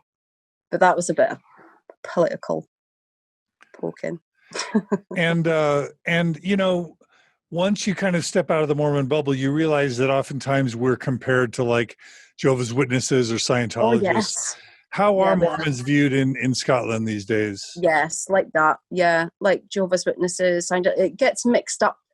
They'll often say, oh, do you give blood, or do you, receive, blood if you need it? And I'm like, yes, we do. I don't really know much about the Jehovah's Witness religion, so can't comment on how different it is. But we're certainly viewed like that. We are viewed as cultish, definitely. It's not seen as the regular Church of Scotland or being a Catholic. These are more what we have, within Scotland. Presbyterian. We're not. It's not seen as a Christian church at all. It's seen as a bit obscure. It's like, oh, Mormon. A bit. It's also seen actually, which is interesting. It's also seen as a bit like the Masons. as well, a secret society.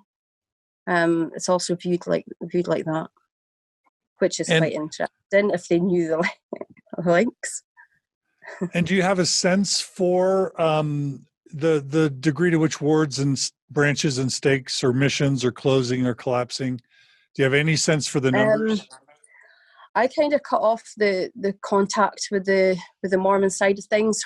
When I know that things are happening is when people have left and they reach out to me.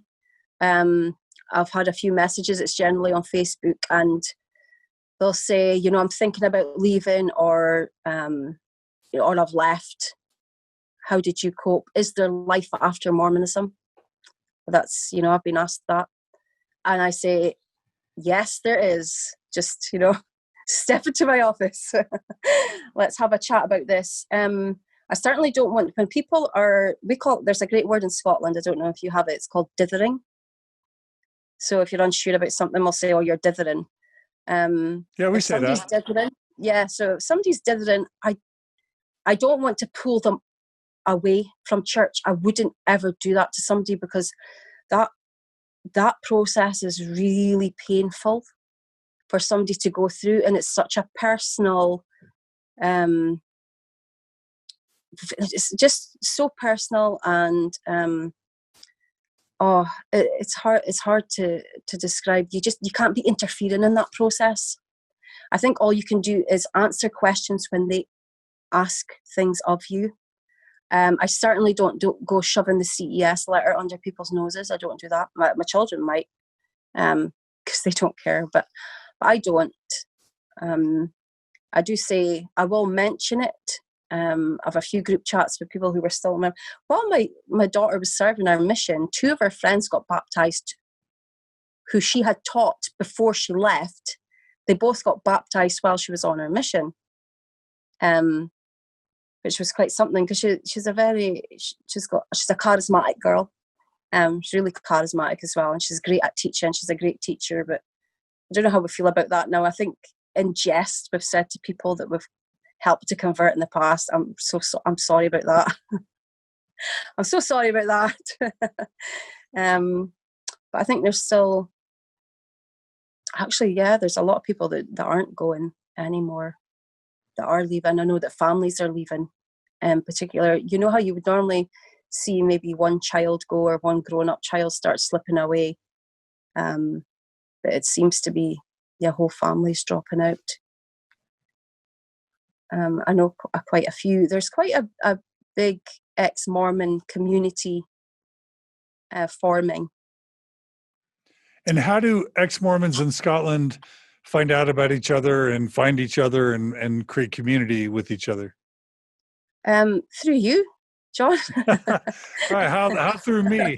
How does that work? So I think if people recognize names, because I don't think we outreach to each other like the person, because I don't want to say it in case she doesn't want me to mention her name, but I commented on a post of yours, or if they see that they like the same page as them, or they'll reach out and say, oh right, okay, so we're on the same page here. Are you still believing, or what point of the journey are you at? So that kind of forms the ex-Mormon community.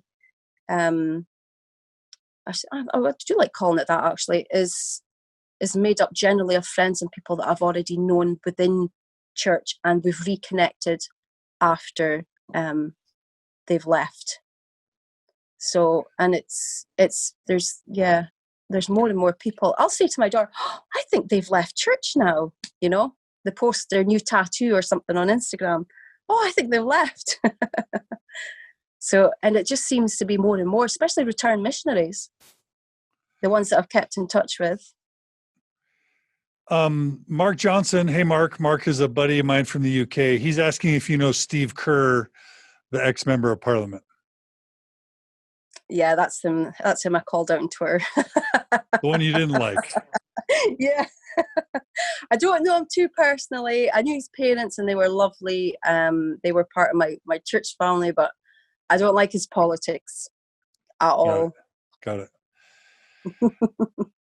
And so you're saying that if you want to find other Scottish ex-Mormons, if you like the Mormon Stories podcast page or friend me, you can see other Yes. people from Scotland Yeah. who either like Mormon Stories podcast Facebook page or who are friends with me, and that can help you identify who they are.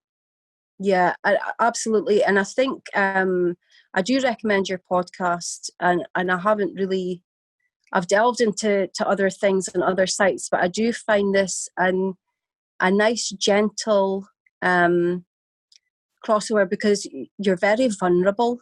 It's an extremely vulnerable time when you're questioning your faith and you're coming out of that. And if you're angry, you don't want to exacerbate that. You don't want to go straight to the church bashing, because you'll end up in a cycle of anger and resentment that you won't be able to get out of. And I think there's a healing that needs to be done. And I think certainly, coming from that angle of being, gentle about things, but being honest, there has to be the transparency, there has to be the honesty. There's a certain amount of, there's the boundary line there, that there's no apologists here, but at the same time, there's no real contentious attitude. So I think this is a good meetup. And again, this isn't to be political, but my guess is that because of the past several years, maybe America has lost some of its standing or some of the global admiration that it once has. I wonder, is that true? And if that's true, do you think that negatively affects the church's image in places like Scotland, where if Scottish people don't think of America like they used to, then an American church would be a little bit less appealing? Am I making that up, or are those dots relevant, do you think? I don't know if that is relevant. I do get what you're saying, but I don't think it's America as a whole. I think I can't speak for the whole UK, but I do know in Scotland, we are relatively anti-Trump. That's, the majority of people are. He's never really welcomed when he comes here. And so when we think that he's been voted into office, we know he's been voted in office, and we get snippets of the media, it's how America's portrayed right now over here, as it's like face palm, like, guys, what is going on? It's that kind of attitude. There's no hateful resentment or anything like that. It was a face palm when we see there was, what was it? The demonstrators were out with guns and they were refusing to wear masks. I think that's what we saw, but it's knowing that that's not the whole America. As you know, the media always puts out what they want to put out, and I'm sure the majority of people aren't like that. But that's the images that we're being sent across. We're seeing Trump telling people to inject bleach, and we're seeing people out with guns wanting the freedom not to wear a mask that's going to prevent them from dying. So I think that media portrayal doesn't really help, but I don't think that would influence the church. I think where there would be a problem is the encroachment on freedoms, and the lack of equalities would not be appealing to people right now. I think that's where the problem would be with people joining the church. I think less and less would join because of that. And they would go straight on Google and be like, "Well, so Joseph Smith did what?" Yeah. They're like, "No, it's okay." In fact, I had a friend when I was kind of left church. I was in that, a year ago, and he got baptized, and he asked me to say the prayer at his baptism. And I hadn't been to church for about a year. And I was like, "Oh, do you know what? Okay." He's like, "You were a Mormon?" I was like, "Yes." They're talking to him. Now, bear in mind, he's a black man. And about 3 months after his baptism, he started sending me all this church history about the priesthood being withheld. And he's asking me about all this. And I'm like, "I'm so sorry, but I didn't know much about this history. I hadn't really read much into it. I had to deal with it or anything. So he left quite sharply after learning much of that history. He So the questioned missionaries didn't sisters happen about to it. mention to this person of color, this black man, about the Nope. church's history with the blacks. They Nope. conveniently left that out of the missionary discussions. And when obviously after he'd been baptized, he was still having that, the follow-up discussions or whatever it is that the missionaries do. He had sisters. He said that he asked the sisters, I've came across this material, what do you say about it? And they said, oh, we can't comment on that because we just teach from this. And it was like some book or other. So they couldn't even answer his questions about it. And he was saying, look, because I said, join if you want, whatever makes you happy. I wasn't going to tell him not to join.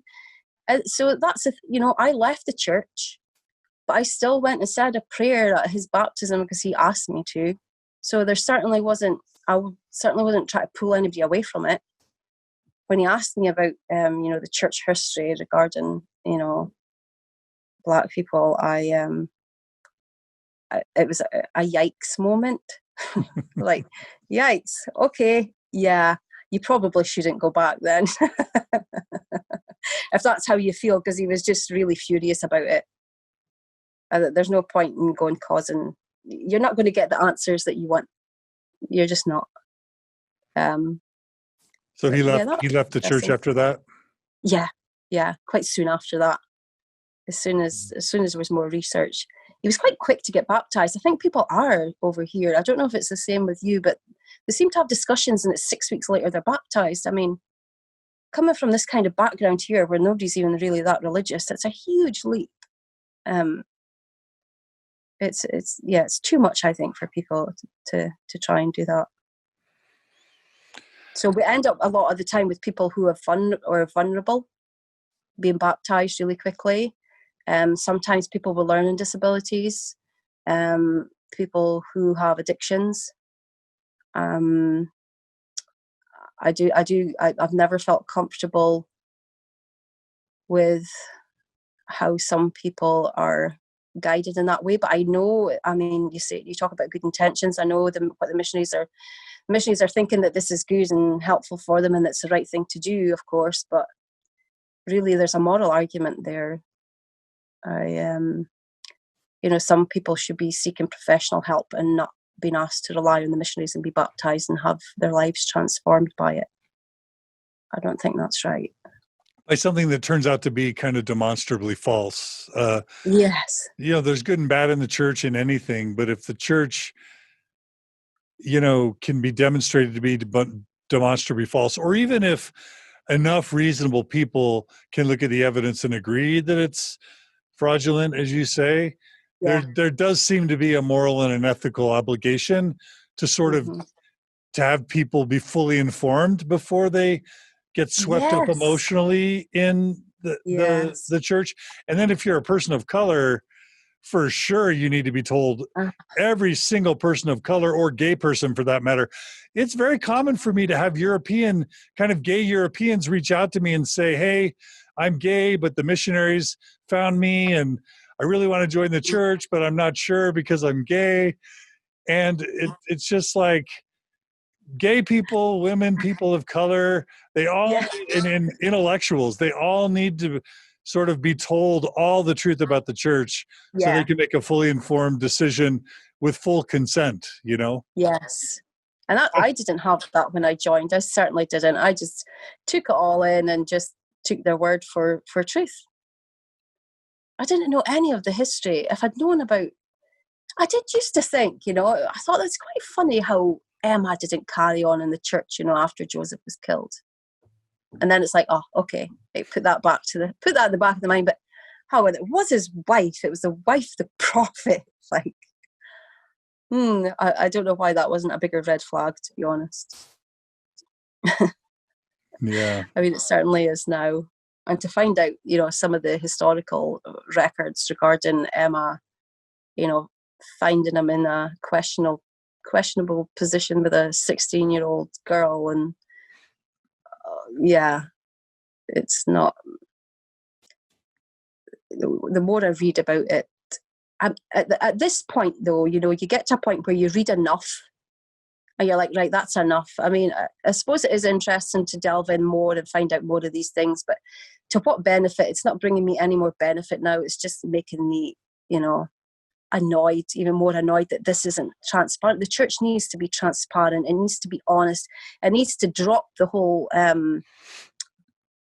white supremacy thing. But I don't know how they can do that, because that's the whole gospel. It's the whole Book of Mormon. How do you even deal with that? But I suppose, all religions have got, different aspects that people could disagree with, but they certainly need to be open and honest about it. You need to own that history. Listen, the church is going to die on the hill of pride. That's the hill they're choosing to die on, is pride, because they're not willing to be humble enough to admit their mistakes. After all we've been taught for all these years about, pride is the downfall of man, and don't be proud, and you have to be humble. It's the church, after all of this, and that are going to be, that are choosing to be prideful about it. Yeah. And sneaking the information away online.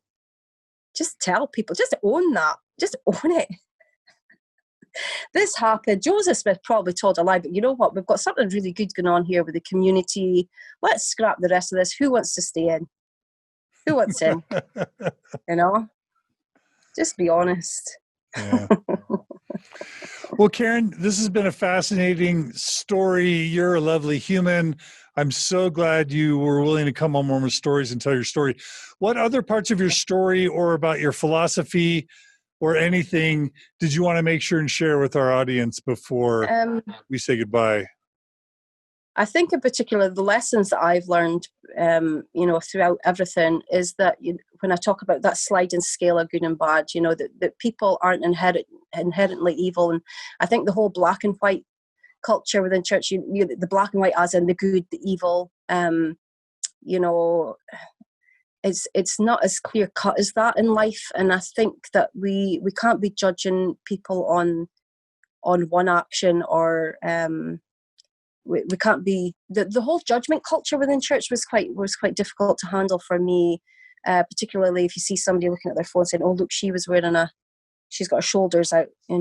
I think what we need to discover is, we need to know that everybody has good and bad within them. And I don't think that church makes you any better or moves your sliding scale to the good side all the time, and everybody that's out of church is necessarily at the bad side.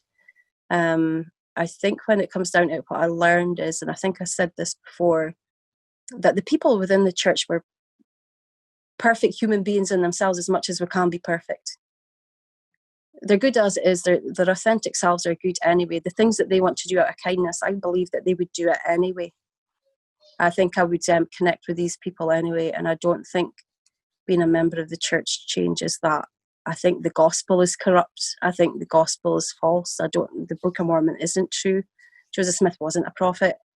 And I think that when people realize that they're doing it on their own, this compassionate service you're doing that because you want to. You're doing that on your own. You are a good person. You don't need this. And I have no contentions towards the members at all. Maybe one or two as a leader, especially the one that said I wouldn't make it. Come on. But yeah, I think scrap the gospel's perfect. The people aren't. The people are perfect. The gospel isn't. That's what I'd probably like to say about that. I love it. Well, is there anything our members can do to either support you or get a hold of you? Any of our listeners who either want to connect with you or support you or follow you or help you?